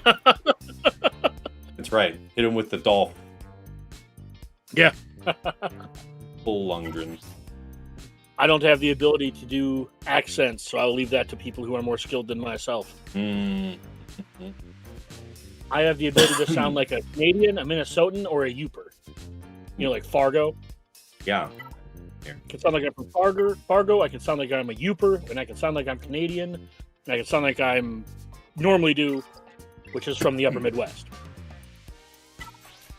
Okay, that's all I got.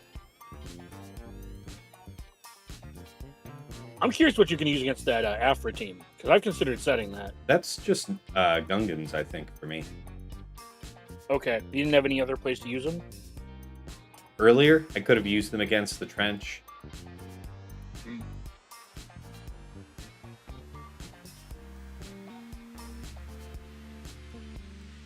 Yeah, Gungans can also go here. Sage, I'm Canadian, and then Ramjo, yeah, Upper Midwest. Yeah. Yeah, then we know what we're talking about here. Yeah, you know. You betcha. Yeah, no, yeah. No, yeah, no. Oh, gross.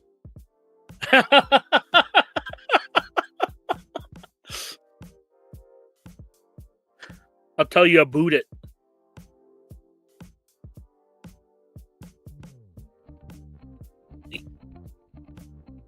That is normally the time it matters the most to sake, yeah, the first time you meet someone, because it starts to blend away the more you talk to someone. We do have Wampa.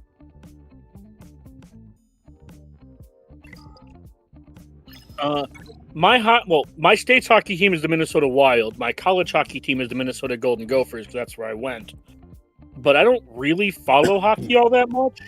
That being said, I do frequently get wrapped up in the high school tournaments here, because we just have a massive, massive following for, just hockey culture.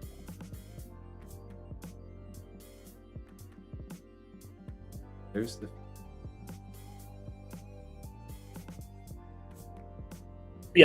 Saki. The more I talk to Canadians, I just don't hear the aboot. I don't hear it anymore. I have to listen for it. It's just like if you talk to Southern people from the Southern U.S. and they say permit instead of permit. Those are different words to my ear. Yeah, but if you go to the South and somebody will have a driver's permit or permit, they'll say a driver's permit. Oh, well, I mean, people are entitled.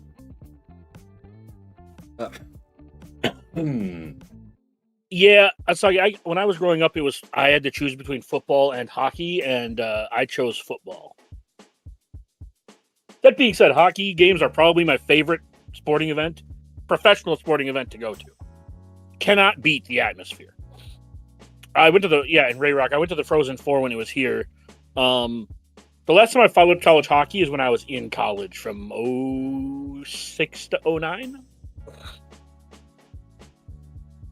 But my school was dominating then, so it was really easy to follow. I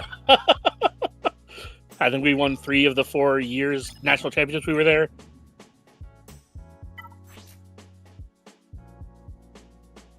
Wait. The U.S. Okay, I have to read this out loud. This is from Asake. Mm-hmm. The U.S. word that drives me nuts is roof. They pronounce it like a dog barking, rough. Oh, roof. Roof. People saying roof instead of roof. I know people that say that, but that's not less common. That is a real thing. Yeah, roof is rough. What do you say, Dallas? Roof. How do they say it? Roof. Roof? Like roof? Like how you would say the chess piece rook, replace the K with an F. Roof.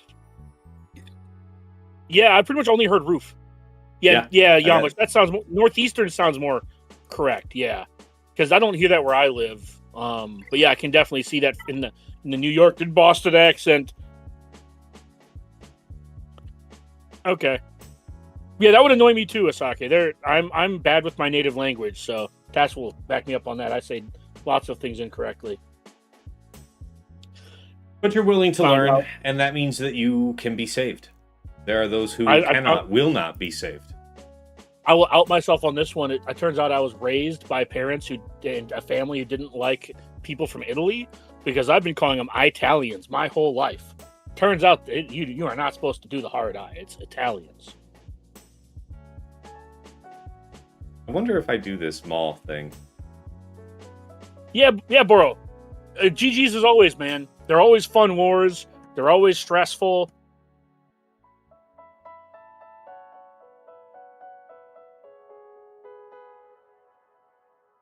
Bulk.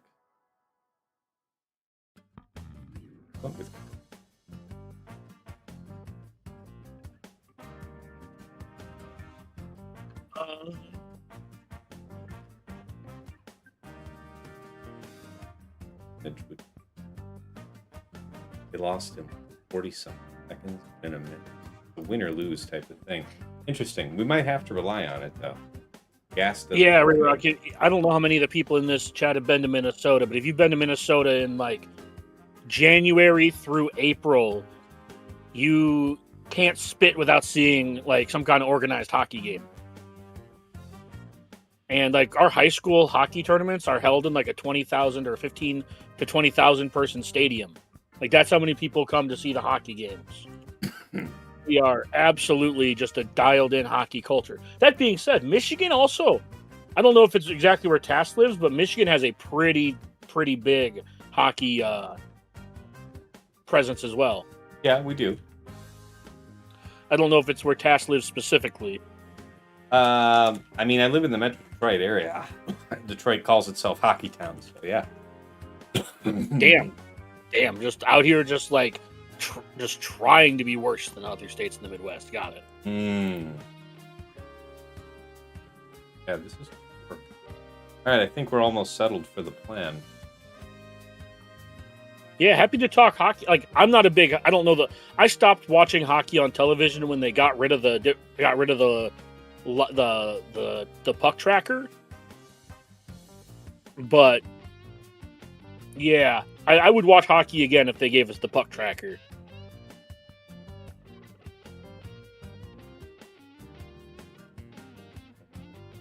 Okay, cool. Yeah, Malicos working versus Zori is something that Tass just made so much fun of me for because I suggested it, and then it worked, and then now it's like a thing. Not that I invented. I did not let it work. Let it work for you. I want it to work. You know. Yeah. Well, you wanted it to fail more than you wanted it to work, and you know that. Oh yeah, no, I thought you were prideful, and I was like, good if you win, great. But like, yeah, I thought you were going down. Yeah. No, because Irakoro said still impressed. Malicos solo works versus Zori. Yeah, that is a cool thing. I don't know if I'd try it versus R8 Zori, but against the R5 to R7 Zoris I currently see, it works out. It works fine, especially with like a 50% health crop. Hey, I actually have a. Yeah, this. No, I know Asake, but I watch sports mostly casually at this point in my life, so I'm not dialed into the game watching it like intently. Right, I want to be able to look back at the game every like 10-15 seconds. Yes, Calidus, I streamed it last night. Yeah, man. I even posted it. I posted that I was streaming. Mm-hmm. Yeah, but he even was after long asleep. He was long asleep. Oh yeah, that's fair. I mean, yeah, YouTube and Twitch both told me to go fuck myself a lot yesterday. It's true, they did actually. I was there. Yeah, they addressed that commentary directly. You specifically. Yeah. I did win. I got a guy in Justin Master G in a Tass's server is who I fought. It was a lot of fun. Okay, now you can't be revived. Stay away.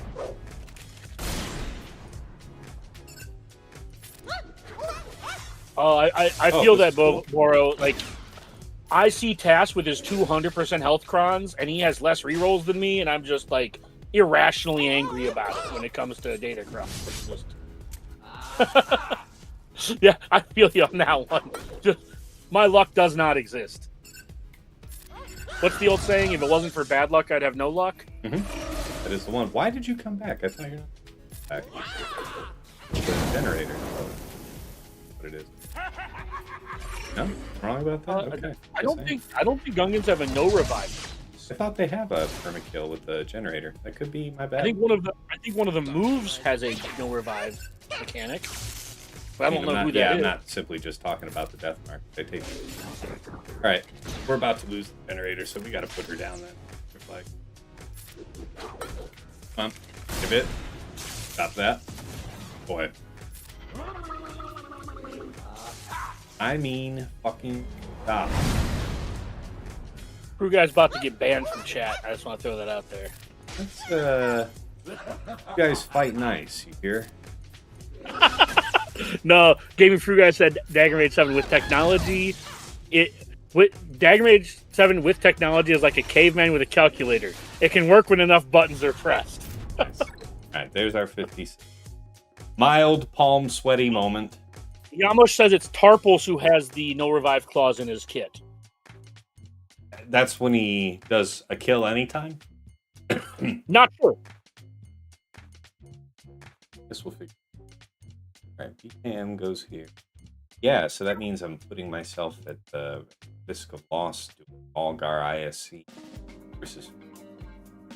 Rayrock, I did hit the Special Forces cron in my 4th or 5th try. That being said, I think I have 14 or 15 rerolls into that cron because, boy howdy, didn't want to not roll crit damage, health, or offense. Or armor pen. Svovo, yeah, one thing I wish I could change about myself is how irrationally I tie my emotions into professional sports teams that don't know I exist. Yeah, man. I have that story I've told a couple times about my family being Chiefs fans because of Taylor Swift. And I'm a diehard Ravens fan, and when the Ravens lost in the playoffs last year to the Chiefs, my family was like, "Oh, there's always next year. It was only one game," and I'm just like seething because they've been a fan of the team for like 3 minutes, and this has been my life. And they're just like, from the Gospel of Reed. Man, just I feel you on that with Spovo. Oh, it's Boombadeer, says Calidus. Okay. I don't know any of these kits. Yeah, Argot also said Boombadeer gives Gungan attackers a no revive clause. There it is. All right. There it is. I knew there was something. This is, and I know for sure I never read their kits because we never did videos on them on plotting and scheming. So I know for sure I never read them. The dark side. Potency up tenacity. Might be the droid I'm looking for. I think the Baltimore Ravens are the only team that I'm irrational with. Basketball has kind of moved itself to where I'm a fan of players, not teams. Same with baseball. I'm a fan of players, not teams. That being said, the Dodgers and Yankees could lose every game for the remainder of their sorry existences, and I would probably think they won too much already still.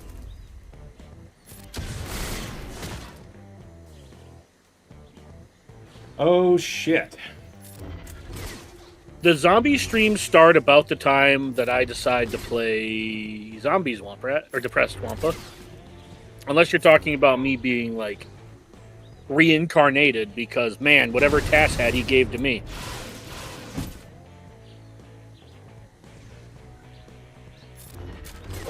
Absolute fucking death. Oh, yeah, and Old Speckled Hen over on YouTube also said anti-revive with Boombadeer. Yep. All right. Appreciate That's the awesome, calls. Boro. Super happy to see other Ravens fans.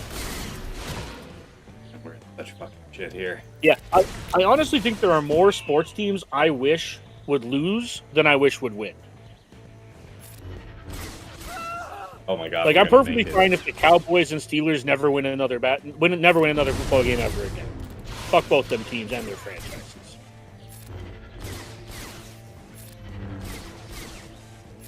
Man, this was way messier than I thought it was going to be. Yeah. It was definitely scarier than I had expected, but we made it.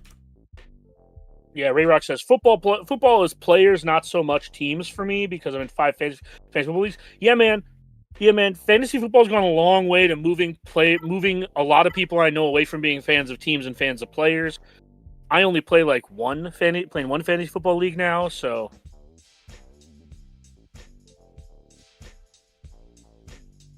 I'm sorry for hijacking your chat, by the way, Tass. You son of a bitch. I know there's a Swogga stream that turned immediately into a sports stream. Tass does watch football with us on Sundays. It's a good experience. If anybody ever wants to watch the NFL with us, we are hanging out most Sundays watching football. That is true. We do that. I just do it to be sociable. I'm not really much about football, which you already know. I was much more of a football head back in my early to mid 20s when I did sports radio, but now I'm just a defensive backs coach for my old high school. So I basically show up for games and kind of coach the kids through the game plan on the day of. So I don't really do anything sports related anymore either. Anyways.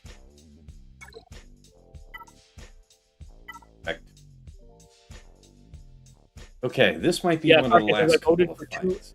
Sake says I voted 2 and under, so I'm invested for success. Amen to that. So if it's JML here and BKM here, and then it's Bane Scion for Kel in the back, then I should be okay. Yeah, the VOD can be reused for Tass's newest sports channel. Without. Health and offense. Health, offense. Jay Chung says I dropped that battle this round. Death mark on my ISC. Blew things up fast. I'm sorry? Jay Chung said in the chat, I dropped that battle this round. Death mark on my ISC. Blew things up fast. Oh, yeah. All right. This is the crown I'm going to use here. I mean, look, Jay Chung. I can't. Look, I understand that there are people who are Dodgers fans. I am not necessarily a Dodger hater. But when the team has payroll that is larger than pretty much every other team in the playoffs combined, I'm going to go ahead and just hope they lose. Also, the Blue Jays being in the World Series is just fantastic.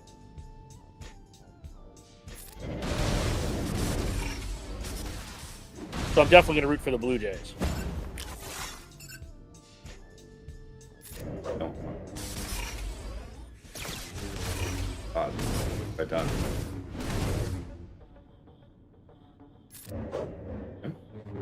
Yeah, he's not paying attention to me, Jay Chung. That's why he missed it. It's okay. What'd I miss? He's a Daggers a DB coach. Feels like Tass missed an opening there. Oh, jeez. Nice. Please don't hit me anymore. God damn it. Alright, sweet. Can we get paint on you? Maybe? No? The Brewers, even though the Brewers had the best record, they were pretty hit or miss having their pitching and hitting be good at the same time. So, was I surprised they were swept? Yes. Was I surprised they lost? Not really. Yeah, Turd Ferguson, exactly. Dodgers and Yankees deserve a Revan death mark.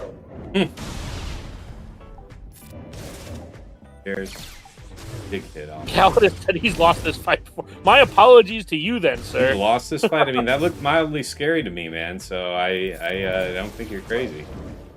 Yeah. Fruit Guy says Dagger Mage misses openings all the time.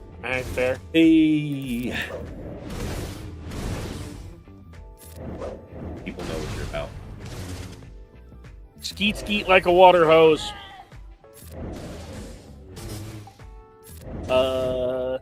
Yeah, Saki said this also had me clenching my ass cheeks. Yep. Yeah, that was mildly terrifying. I was like, ooh. Yeah. This was not nearly as close as I think it should have been.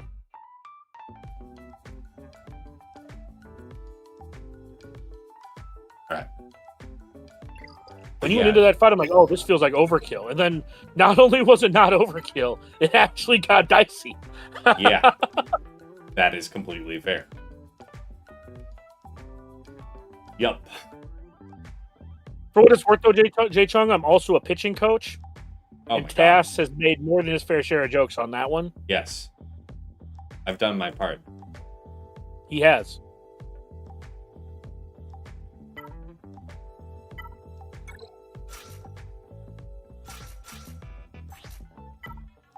I am annoyed that Bane's middle into Foresight misses because he's supposed to dispel twice. So shouldn't that clear Foresight with the first one and then attack? I'm gonna take this cat stick, run it.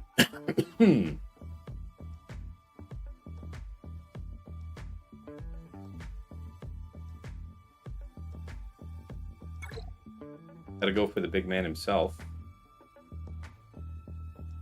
Ow. Yeah. Okay. We could do this for the dispel, but you're about to free up when we roll because we're not waiting for the season.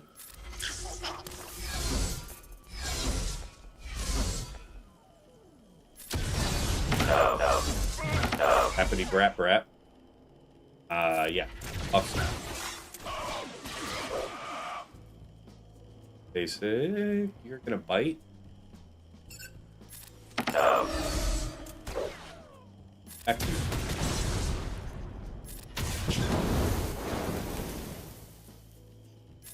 No.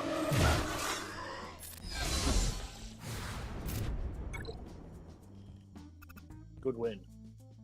Yay.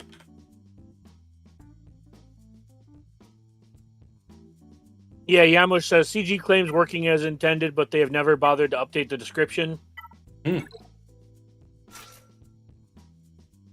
Yeah, just like we're all waiting for the Jocasta rework. Yeah, you're gonna keep waiting. Checks in the mail. Yeah, I'm just saying it ain't gonna happen, and that's okay.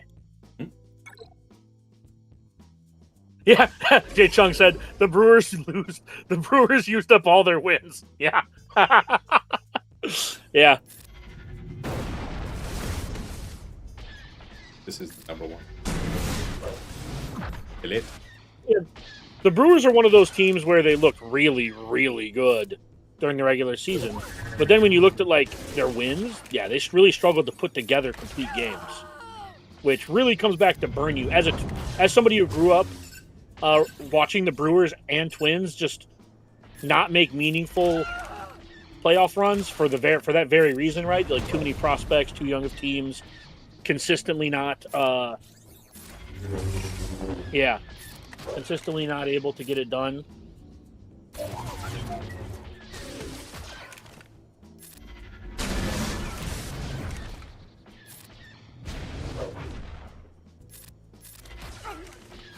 Yeah, Jay Chung, there was a big debate about that between Arnold and Scribe, and apparently Bane's second is working as intended. It's just that it's poorly worded and misleading. Yeah. That's more than reasonable. Just have it worded the way it's worded so it makes sense, God damn it. Fair. Yeah, so he's put up a 1570 on the ground. So we do have 32 banners up. So if we don't completely just eat it like a Big Mac here in the back, we should be okay. Of the people I know, you eating things like a Big Mac is on the table. Deeply unkind.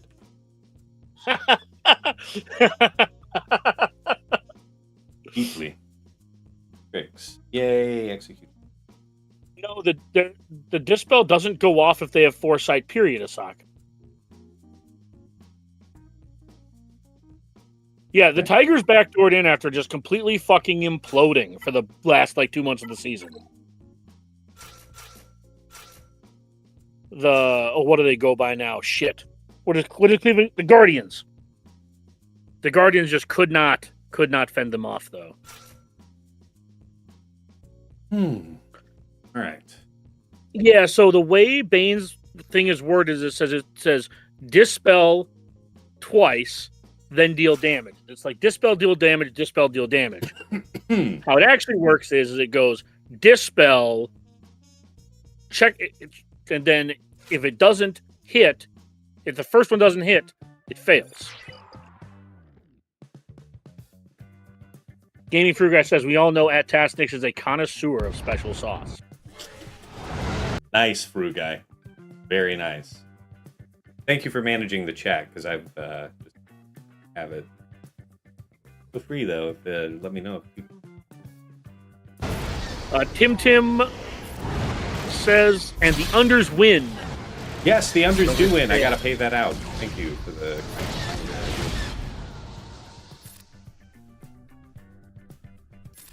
No, technically yes, but Fifth Brother only does it once, right? Whereas Bane says he does it twice. So you would think if the first one hit foresight, the second one would then go through. Jay Chung says, a Big Mac is one of those things that I objectively know doesn't taste good, but I crave it. The trick is to just not go to McDonald's ever. I have found that to be the solution. I do not eat a lot of fast food. In fact, I eat very little to no fast food.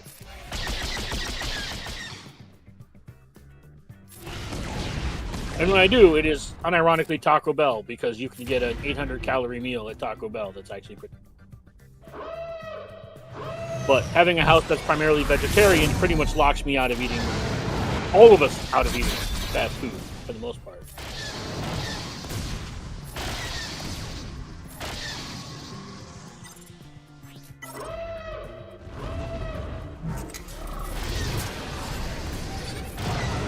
And with the price of beef, it makes me a lot happier that I'm the only one in my house that is a carnivore.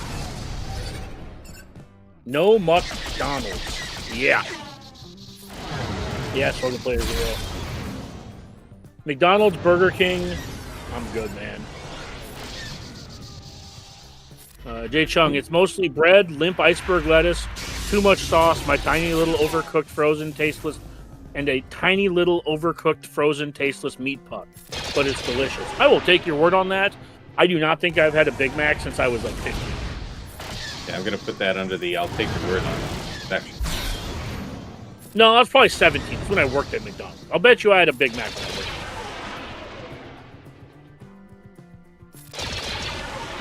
Yeah, Boro. Damn, that phase when Taco Bell was mentioned by Tassenix Gaming. Look, Taco Bell knows what they are, and you got to give them some credit for that. 69, terrible outcome there, but it was a Nice. one-shot. Nice. Yes, it is nice in that sense. McDonald's prices keep me from coming back. Yeah, McDonald's is like, I looked at McDonald's and I can go to like a bar and grill and get a meal for cheaper than I can at McDonald's. It's insane how expensive fast food is right now. Which goes back to Taco Bell knows exactly who they are. For $11, I can get 2 chalupas, 2 tacos, and a Baja Blast Zero Sugar. They know exactly who they are and what their food is for. That's fair. Got to keep them humble out here. Yep. And for like a little over $12, I can get with extra black beans, so I get a little extra, filling, a little extra starch or whatever it is, so I feel more filled up. Mm-hmm.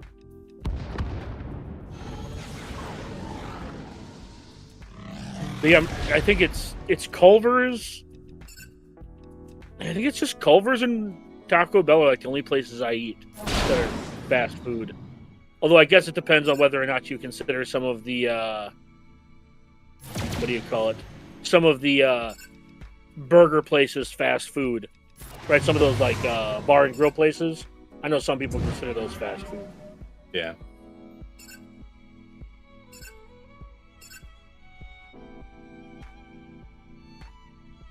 Yeah, man. I definitely remember eating, Tass and I talked about Subway the other day and how the $5 footlong was something that, that fed you for a whole generational day. mainstay.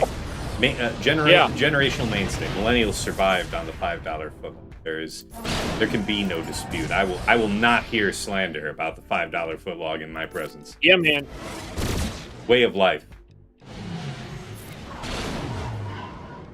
Yeah, Depressed Wampa. I'll take your guys' word for it that the meat pucks with the mac sauce is good enough. Look, man, I get it.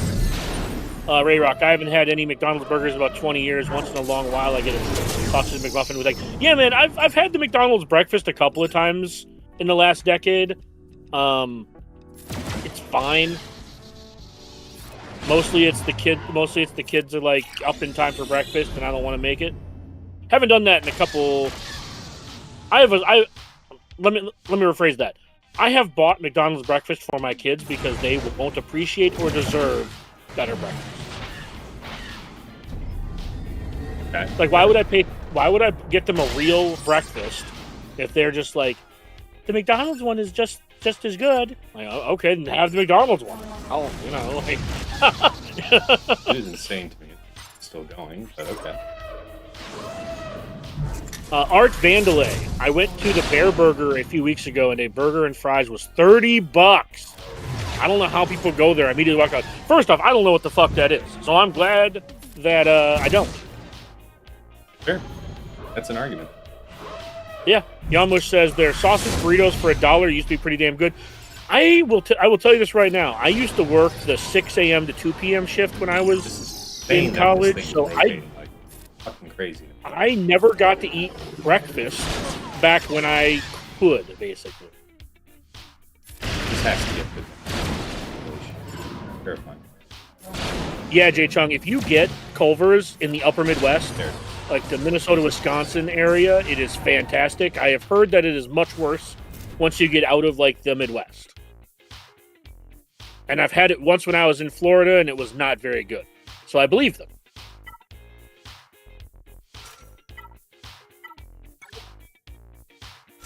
Ray Rock, I remember when they used to hand out Subway stamps when I was in college, and as a college student, me and my friends redeemed a free 6-inch sub whenever I collected 30 stamps. Yeah, man. I remember those stamps. I remember when I was in college, there was, I forget what they did, but there was basically, you get a stamp every day. So once a week, you get a free 6-inch sub from Subway. Because you would just collect the stamps. I looked at it now, and now their footlongs are like $11 to $17, and I'm just like not trying to pay $17 for a sandwich. Which is fair. That is fair. Eldest says you get free 6 inches. Damn.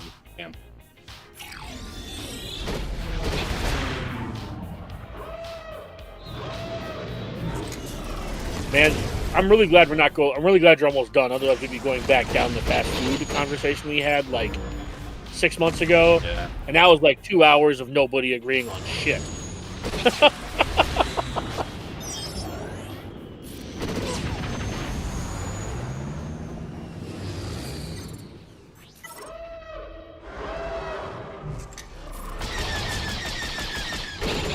Hey, there's that. It's not the last 3 decades, Ray Rocket. If you go look at it, it's specifically the last 11 years. Fast food prices have more than doubled in the last 11 years. Because when I was in college, the Big Mac was $3 and change. I didn't eat a Big Mac, but it was $3 and change. Turd Ferguson asked an actual Swogger question. What's that? What Kron is better on EEzra on defense, Rolo or Jawa? Either are good. It's whichever. Either are good. I think you get holds with either. It's more a question of, are you not needing Rolo to be with your BKM versus Lord Vader? Are you doing Maz? I think that I would say that the stats of Rolocron are probably the best. But I like the idea of Rolocron elsewhere and just using Jawacron there. What I really like is what Sasha said on me a couple weeks back, and I had to try and build one up for myself, is a high health with the protection up level 3. Now, that is from the previous set, so maybe you feel it's too late to go for that. But yeah, something with really high health like that. You think you have the protection up that set, so you're mimicking that. I think going with either of those Krons you mentioned, because they have health and defense on both of them at a different mitigation strategy. But yeah, first of all, GG to Berator. Turns out we did it, guys. We put the stopper on him. So GG. Always a pleasure to play Berator. It has been a while, and I got it today. Today I got it. All right. Yeah. Really quick. Rayrock, the $5 footlong ended in 2014. So it has legitimately been 11, 12 years of this. Back in 2014, the Big Mac was $3.41. Now it's $6 about it, by the way. Huh? And we were complaining about it back then, by the way. Yeah. That's what I'm saying. It's only been about 11 years since the fast food stuff really took the fuck off. That's fair. Price-wise. Well, anyway, Asake, if you want to redeem that roster review, go for it. And as soon as I'm done doing the attack summary here, we'll get into that. We can do some more questions with you guys. I know Fatal's not going, so if you guys want to do a impromptu Q&A stream, we can do that for a little bit. Let's go ahead and wrap up the attacks, though. So I did cover my defenses at the beginning. If you didn't see that already, go back to the start of the VOD. It is there waiting for you. Bottom front, against Traya, Nihilus, Savage, we use Sith Eternal solo for 58 banners. Against Jabba, Chrysanthemum, Boushh with a Sortikron, JMK, Cap Mace, 57 banners. Against Trench, Dooku, Watt, we went in with EP MaraJade's Starkiller, and the theory was sound, because my Starkiller's faster than MaraJade, right? So they're starting off with tactical supremacy and whatever else. We would dispel that, have MaraJade, who's 1 speed slower, come right in on the heels with her third ability, debuff the crap out of them, feed turn meter to EP, stun them all, off to the races, right? Except what happened was, right after the dispel, they got a whole bunch of buffs right back, including Foresight, and then MaraJade's turn came. And the only, reasonable choice would be to use middle just to clear the 3 Foresights. Anyways, EP got manhandled. It was just a bad counter, but 2 people pulled it off against exactly this composition and Kron last week. So I'm left wondering how, because I don't see it. Feel free to let me know in the comments if you're watching this VOD on YouTube later. I'd be interested. Regardless, went back in there with Traya, Nihilus, Savage, 37 banners there. Against Crew, DRey, FOTP, we use DRZ, DR Mission Zaalbar with the Zaalbar Omicron, 54 banners. Against Riva, Grand and 9th, we went in with Cere, Malicos, Cal for 57.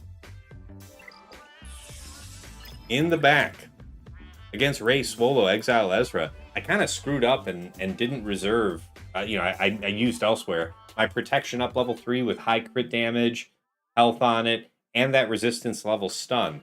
So I ended up using another resistance level stun I had that was turn meter level 3 and 100% added health. No crit damage.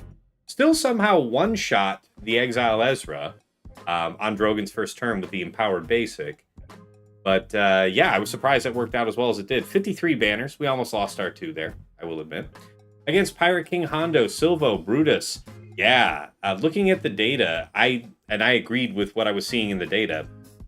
Hux, to potentially have the stun into stun for both of these side characters would have been the ideal scenario. Pirate King immediately opened up with his cooldown increase on Slacker, which is what I expect, but less favorable opener. We kind of fumbled around a little bit, ended up knocking off the sides in relatively short order, and then later in the fight, Pirate King just, one-shot Hux. Nothing to do about that. Damage gets a little scary on him later. 51 banners. Against Kelleran, Jocasta, and Temple Guard, Bane Scion had him available, nothing else demanding them. 55 banners. Against Ahsoka Tano, General Syndulla, and Chirpa, Chief Chirpa with the Chirpa Cron. Relying on that revival effect that gives the added offense and big turn meter boost for the 1 turn. We went in with Great Mothers, Morgan and Spirit, 57 banners. Against Lord Vader, Appo, CX2. Yeah, we have the same idea. It's like, maybe you will have Maz for this. Maybe you won't, but you're not going to be able to make that call till you get to the back. So, fair's fair. I did have Maz, Kix, and Quig, and a few of you in the chat mentioned a variety of compositions that you've used with Maz to take down Lord Vader. This might be one of the lightest in terms of damage output, because we went in with Kix and Quig. You guys are talking about Athano, I've heard about OG Hondo, all these getting it done. But even so, lacking a lot of damage. It took a little longer than what I've heard from you guys, but 57 banners it was in the end. All right, top side. Against Saw, Luthen, and Kyle, we went in with Reva, Grand Inquisitor, Seventh Sister, 57 banners. Against Jedi Master Mace, Depa, Ayla, JML, Jedi Cal, JKR, 56. Against Aphra, BT1, 000 was Nass, Jar Jar, and Tarples. And man, they did get the generator down. And I was reminded about who has it's Bombardier. I want to say you guys said that has the permakill in his kit. I was thinking I had that, so I went after BT1 at first.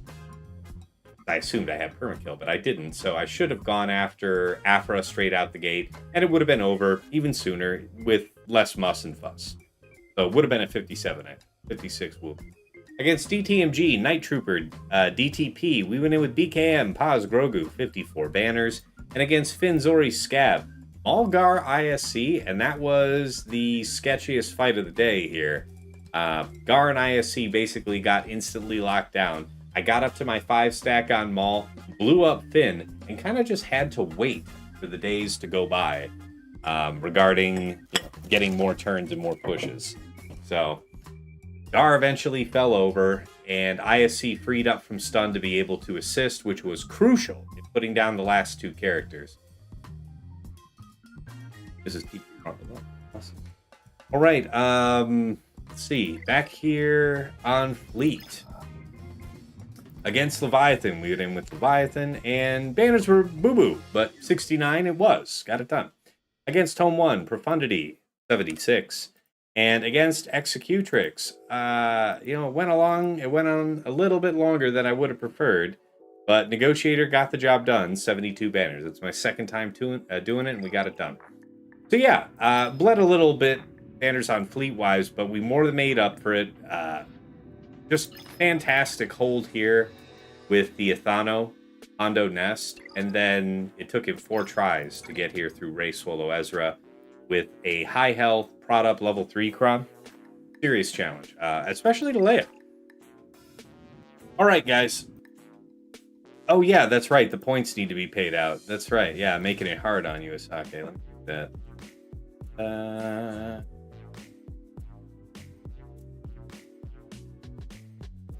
All right, the unders have it today. Few are you who believed in me this day, but yeah, you are richly rewarded for your faith. All right, let's get into the Q&A section. I'm going to leave you guys in Dagger's tender care for just a couple minutes while I try and quickly eat a couple bites of soup, fill up my water. So I'll be right back, and we'll get you squared away in just a couple minutes, Asake. Appreciate you. Dagger, take the reins. Say something to the people. Don't tell me you left the channel and now I'm by myself. Can y'all hear me? Oh, no, now I can hear you. My speakers weren't awake. Oh, yeah, that sounds like a you thing, not a me thing. There they go. Yeah, no, it's good now. Gavin, absolutely. We watched that. Well, there was a bunch of us in voice chat watching that stream about his opponent being like, got a 2079. Oh my God, yes, the Fatal stream last night was one for the books. Yeah, he was 10 points off softmax, and then Fatal, like, absolutely skull-fucked him with a 2096. Just put it in his pooter and didn't even ask permission.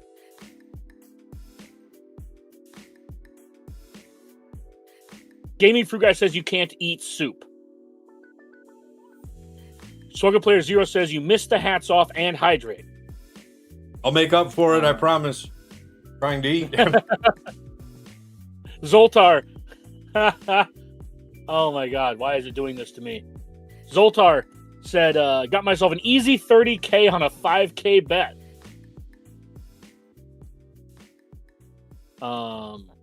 Check YouTube.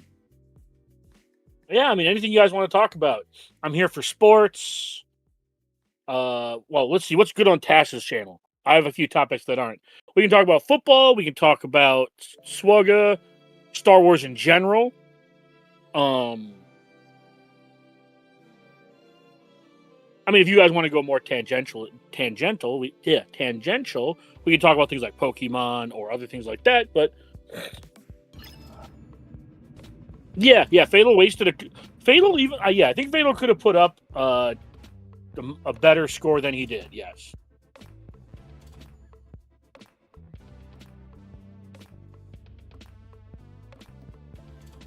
Asake, what's the GG link? Give us your GG. Get that right up on. This is so dumb. It's making me relog in. Enter the code for my mobile phone.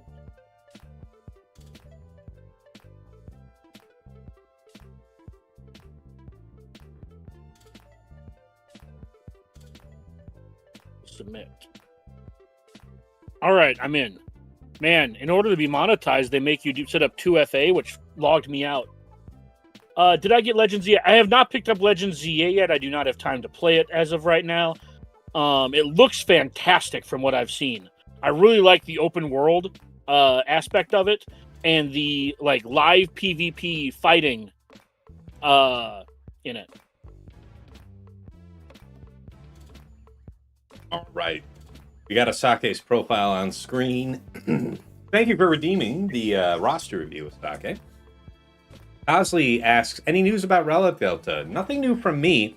If you watch the last couple of streams, we've had guests like Ranger drop in, Karthric the other day, both of which are in the test program. So they shared with us, their insights, their experience, and Karthric actually shared with us a lot of the feedback that he's giving to CG. So it's interesting stuff. All right, let's have a look at the roster. So Asake said he's currently farming Leviathan and Galactic Legend Leia Organa. We'll look at it from top down, but do you have particular questions that we should explore in your roster? 10.8 million. Kyber 3. Yeah.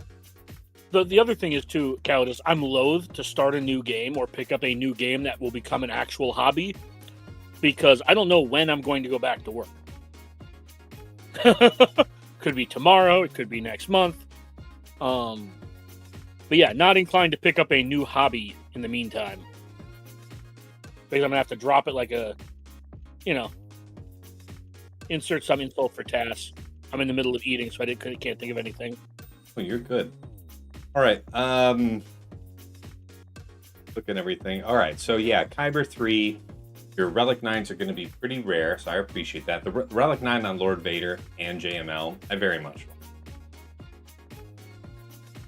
out of all of them, probably the next one that I would give it to would be Rey herself, then Slacker. I don't know where that fits in your agenda.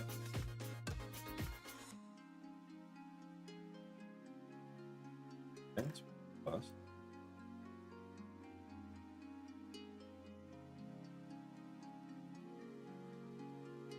Yeah, Ray Rock, I am part of the government shutdown currently, so yay me. I am on what did they call it? Furlough. I'm on furlough.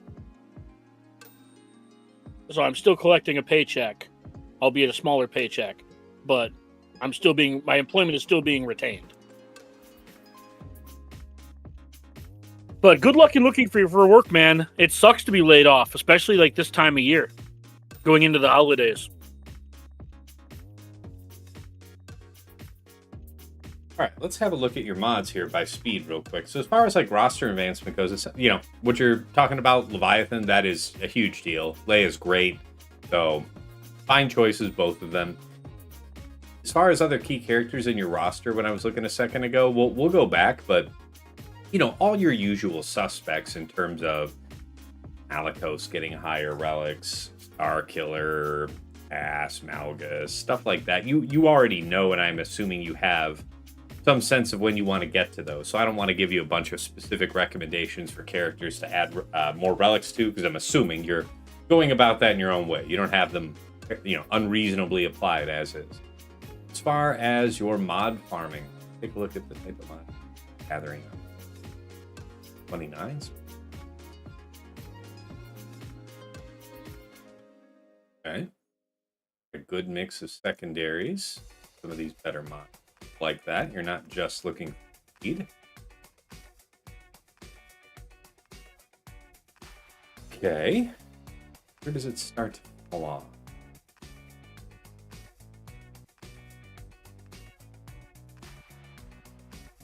Yeah, but that's actually a pretty reasonable spot. This is really good. It's tough to remember what it should be like for me when I was around the size of account that I was like 10 million. But I feel like you're in a better spot than I was. I feel like you have way more 28s and 29s than I did at 10 million. So mod farming regimen looks good. We didn't have, when you were at 10 million, when you and I were at 10 million, we didn't have mods. Fair. Okay. Is there a sort here?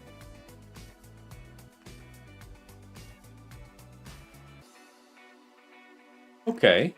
Yeah, I wonder how you're enjoying your results in Grand Arena, because I see you've got some invested. So if you find that any of your teams that you're using that have Omicrons for Grand Arena that you haven't applied, assuming you've got some consideration for where you'd like to apply those, but you've got certainly a few of the ones that I put at the top of the ranks in my GAC Omicron tier list video. Shameless plug.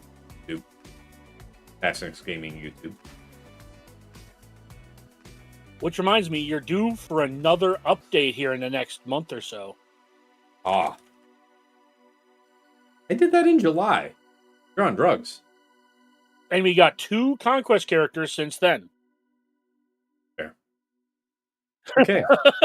So I'm just trying to motivate you to do this once every 5 to 6 months, because we have 2 conquest characters, and yeah, man. I mean, I guess Smee doesn't really count because he's TW. So maybe I can see your point, because Smee doesn't really count. Mm-hmm. But Maz does. GAC is a struggle, but I still feel like I'm punching up a little bit. My main struggle in K3 is I feel like I just don't have enough properly modded teams to work with. So you have the teams, but you don't have the mod inventory to make them. Then what I would do is I would slow down.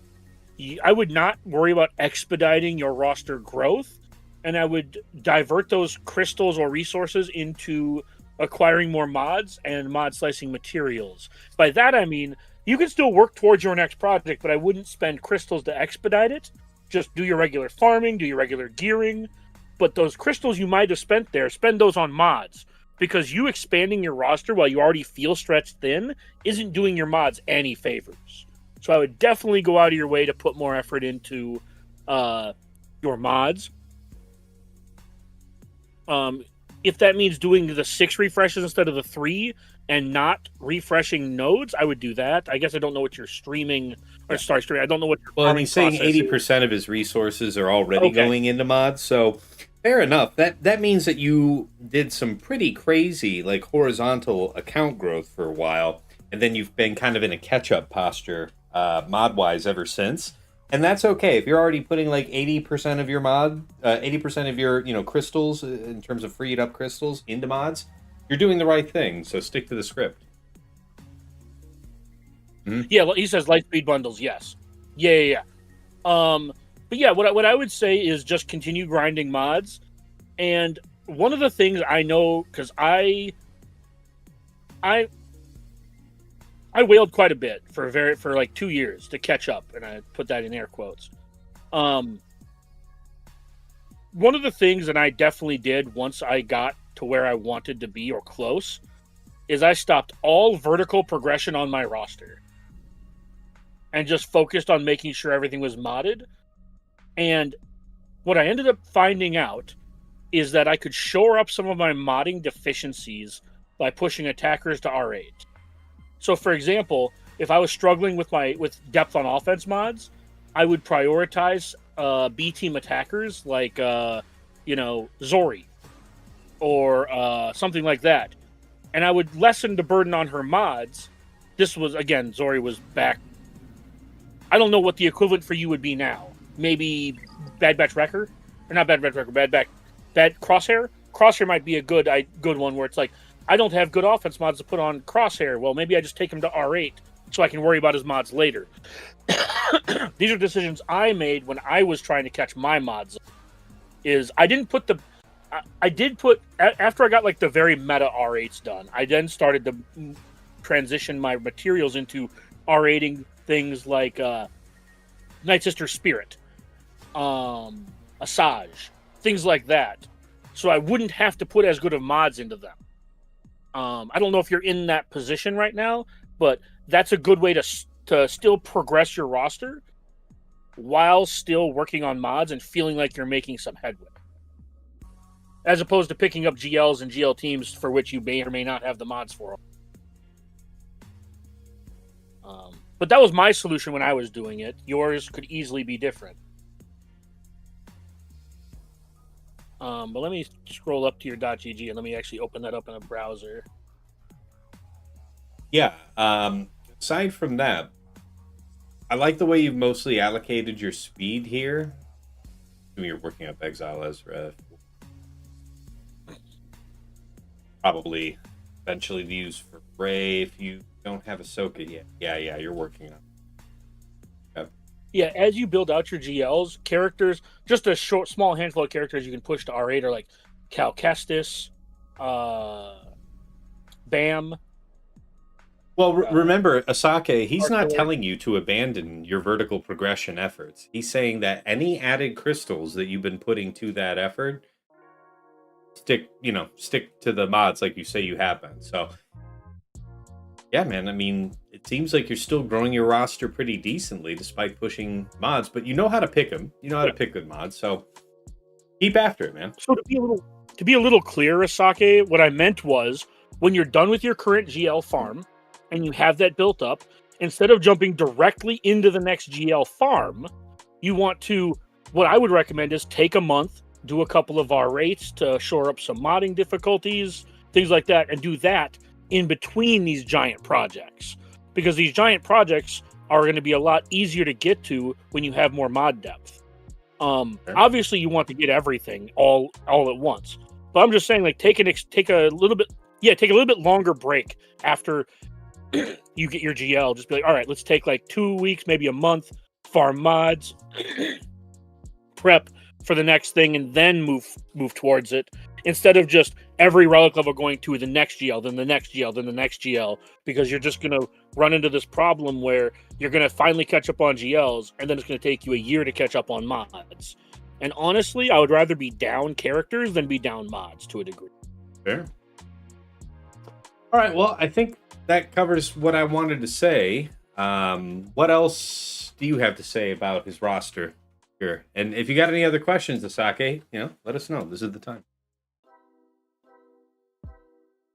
Just looking at his Datacrons, it looks like he's doing okay on those. Yeah, that's what I thought too. Nothing to comment on. Yeah, I would recommend. I don't know what is your Wampa. I don't know how much you should invest in like the Rolocron, maybe things like that. When I think more level 9 crons might actually be better based on your roster. I guess I don't have a good answer for that, but I would like to see you go a little. I would like to see your width be a little taller and have less of a spike at the top end. If that makes sense. I don't know if that makes sense at all to you.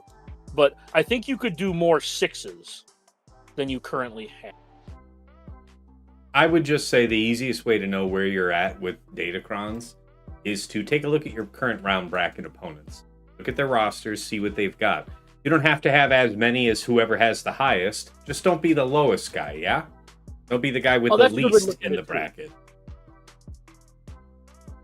Yeah, that's a good way to look at it. Yeah, and if you're in between seasons or something, like we're in week 3 right now. So if we were having this conversation in the off season, then you would go pull up the GAC leaderboard, like so.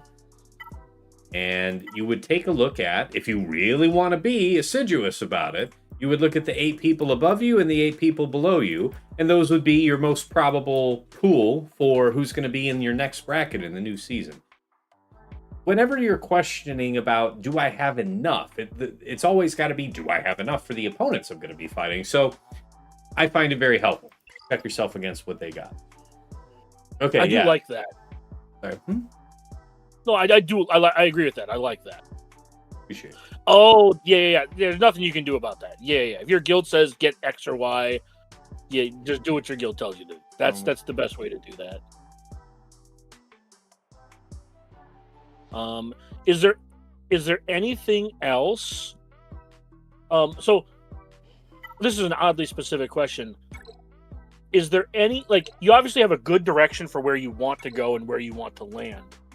So are you asking us what to prioritize? Like, what specific advice are you trying to get from us? Yeah, he didn't say he was looking for anything terribly specific, just the full general review. So that's why I'm saying in summary, I think we've given a pretty good general look over. So now if he does have any follow-up questions, speak now. Oh, another thing you can do while you're taking some air quotes downtime in between projects, and you can R9 some of these characters. Hold on, do you have the Prettier Bros? I haven't looked. They're good characters to work on in between projects because they're relic levels, but they don't require amazing mods.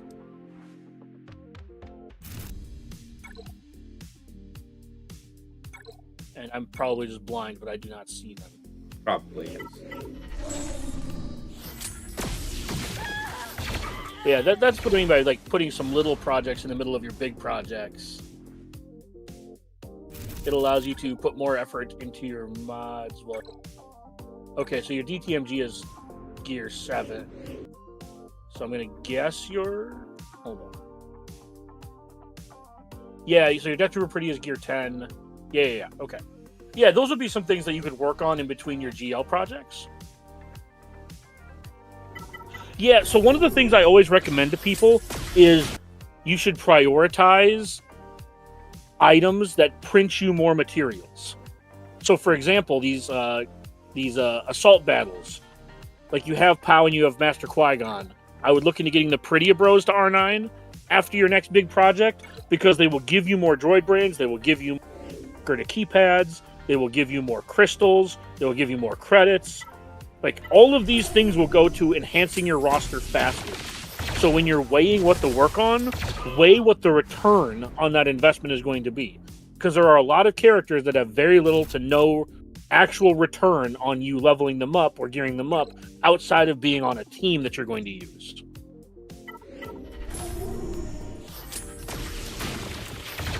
So that would be the only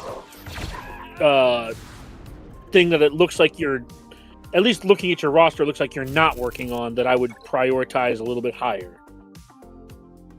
fair. All right.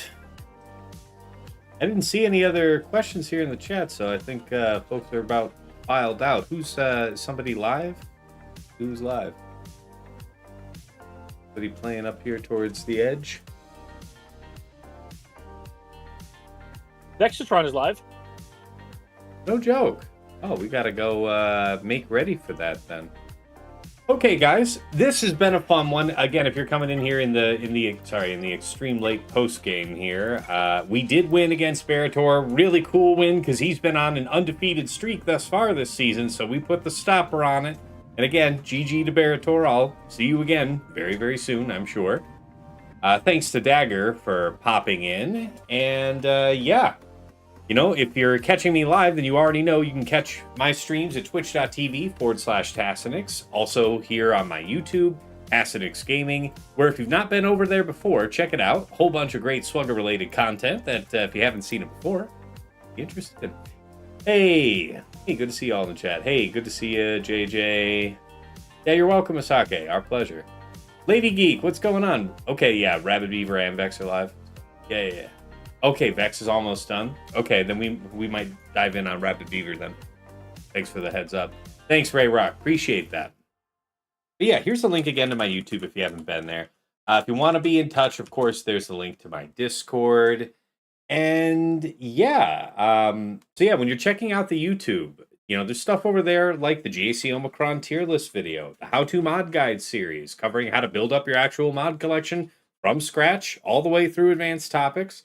Mod guides on characters and factions that you've asked about, and it's a rebroadcasting point for my Grand Arena Focus podcast, Plotting and Scheming, that I make with my friends Dagger, TJ, Sasha, Aisha, and Fatal, wherein we break down our, last week in the thereabouts of the top 100 of Kyber 1. We talk about how we dealt with the meta matchups, our favorite attacks and defenses of the week, and our lessons learned for the week to come. Anything else that we think worth sharing with you, of course, included.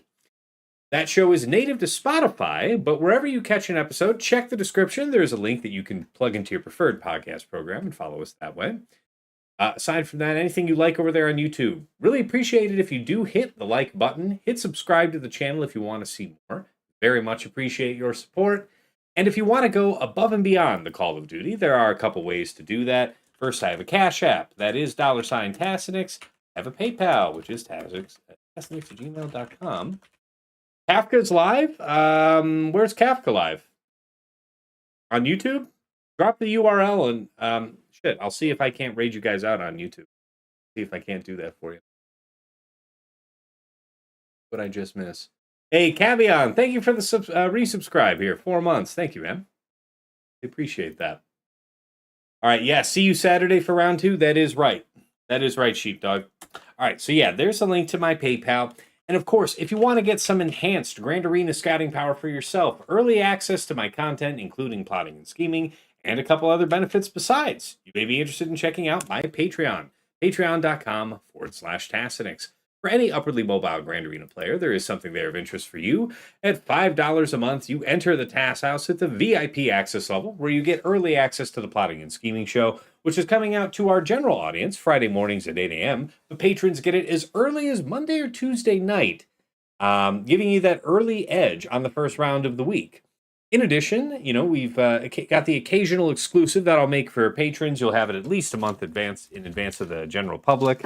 And naturally, a dedicated text and voice chat on Discord where I am usually lurking. So pop on in and say hi. Thank you so much to Andrew, Banja, Boba Iza, Deadpool Cow 28, JJ's Productions, Jobin4527, Miasmal, Mus Ross, Ray's Malvis, Sam Vimes, Sheepdog 47, Squed, Stark Strategy Gamer, Sweens 14, and White Wolf.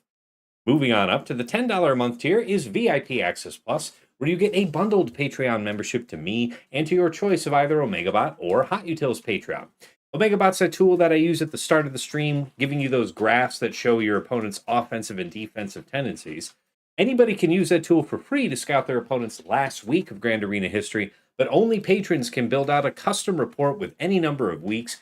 You get a downloadable HTML version of that report with links that you can click, taking you right back in to Swugga.gg and Insight with data pre-sorted, just helping you save more time on your scout. Or you might spring for the Hot Utils Patreon, aka Chili subscription, which is the #1 tool for your mass mod management and loadout creation. Nothing else lets you switch so easily between your Grand Arena, TW, TB, and Raid mods. You can use it like TJ and Fatal do with the powerful automation feature to remod your entire roster. Got a video on YouTube tutorial on how to get the most out of it. You can slice through hundreds of mods in seconds, help out your guild in TW, whole bunch of useful stuff built in to Hot Utils. So no wrong way to go there at VIP Access Plus. Thank you so much to Aussie Mike, Darth Salea, Esh Satnikam, JJ's Dad, Meow for Me, Mr. Tony, Shake23501, Single Malt Jedi, Snack Attack, Striker, Supermard, Troublefingers, and Zoltre. In VIP Access Premium, this is $15 a month for the Double Bot bundle. So Patreon access for me, Omega Bot, and Hot Utils all under one subscription. Going out and just getting those bots anywhere else costs the same as this bundle, which is why so many of my patrons say this is one of the best values in all of Swugga. Thank you so much to Argots, Arj, Bjorn, Big Ninja, Calidus Invictus, Depressed Wampa, Duckstab, Darth Link, General Milan, Ibenek, Johnny B. Ottawa, Ev, Mini GK, Pills, Loon, Quig, Rawling, Saldak, Sir Boss, Sophis, Sprizzle, The Lost Womprat, Trevor Boy Gaming, and Wilco. And of course, in Jester's Club Elite, we first have Nomad's Reaper, the one, the only. This man pops in from time to time and drops literally hundreds of subs, thousands of biddies, all in one go. Set multiple hype train records here, pretty much on his own shoulders. So thank you so much, man, for the incredibly generous support over the years. And also now introducing Pills in Jester's Club Elite. He has also been honored for likewise recently popping into streams unexpectedly, especially right there towards the end of the stream, dropping legitimately more than 100 subs, showering you guys, showering me really with the love of the community. And thank you so much, man, for the generous support. Special thanks go out to the Lost Womprat, one of my patrons, who has been so helpful in the past in getting my stream deck set up, just making life easier for me behind the scenes. Thank you so much, ma'am. To Mrs. T, my wife, thank you for all you do in the background, whether that's bringing me something to eat or drink while I'm streaming, or just keeping our daughter from tearing the place apart while I'm trying to be the very best, like no one ever was, own game.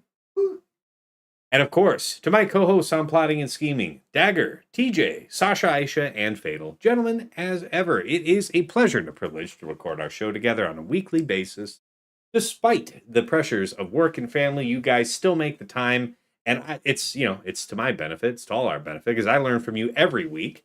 And, hopefully the feeling is occasionally mutual, but regardless, it's about our community. It's about the folks that tune in to listen to what you guys have to say to bring their GAC game to them. So thank you guys for being a part of it. Wouldn't change a thing. All right, back over to the main scene. We make ready to raid. First on YouTube, Cosley, let's see if I can't find Kafka out there on YouTube. He's on somebody else's stream. Oh, well, that a lot of fucking good that does me. He listed up who it is in the chat. In the chat, who he's with. He's with Senor Vador. Oh, he's on Twitch. Okay. Well, I might do that because I haven't seen Kafka in a while. And if you guys don't know, Kafka has gone by a couple names in game. What was the one that he went by forever that I called him by? I forget.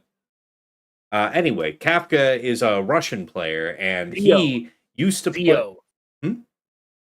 Zio, I believe. Zio, yeah, Ziio was his name. Yeah, that's right. Yeah, he used to play in the top couple brackets of the game with a considerably smaller count. I don't know if it was free to play, but it was scrappy. And when you want to talk about somebody that was doing the most, trying to punch up with the least, it's a real fun watch. So I guess he's been gone for a while, and now you're telling me he's at least talking with other Swugga streamers here, still live in the streaming game. So we might go ahead and do that. All right, as far as you guys over there on YouTube, let's send you over to Vexatron since one of the only options available. Thank you for tuning in. And over here on Twitch, let's see here. Same category. Senor Vador. Okay, man. We'll send you guys over now. Oh yeah, I can see Zio in the bottom there. All right, looks like it's mostly a Russian language stream, so you guys are going to be as lost as I am, but good to see this guy. I'll try and fumble around with Google Translate and say hi to him. Thank you for tuning in. It was a real fun one today, and I was nervous going into it, so a surprising and very pleasant win. I'll be back Saturday in the late morning or early afternoon Eastern time for round 2. And until next time, it's been real. It's been awesome. Been real awesome. Take care.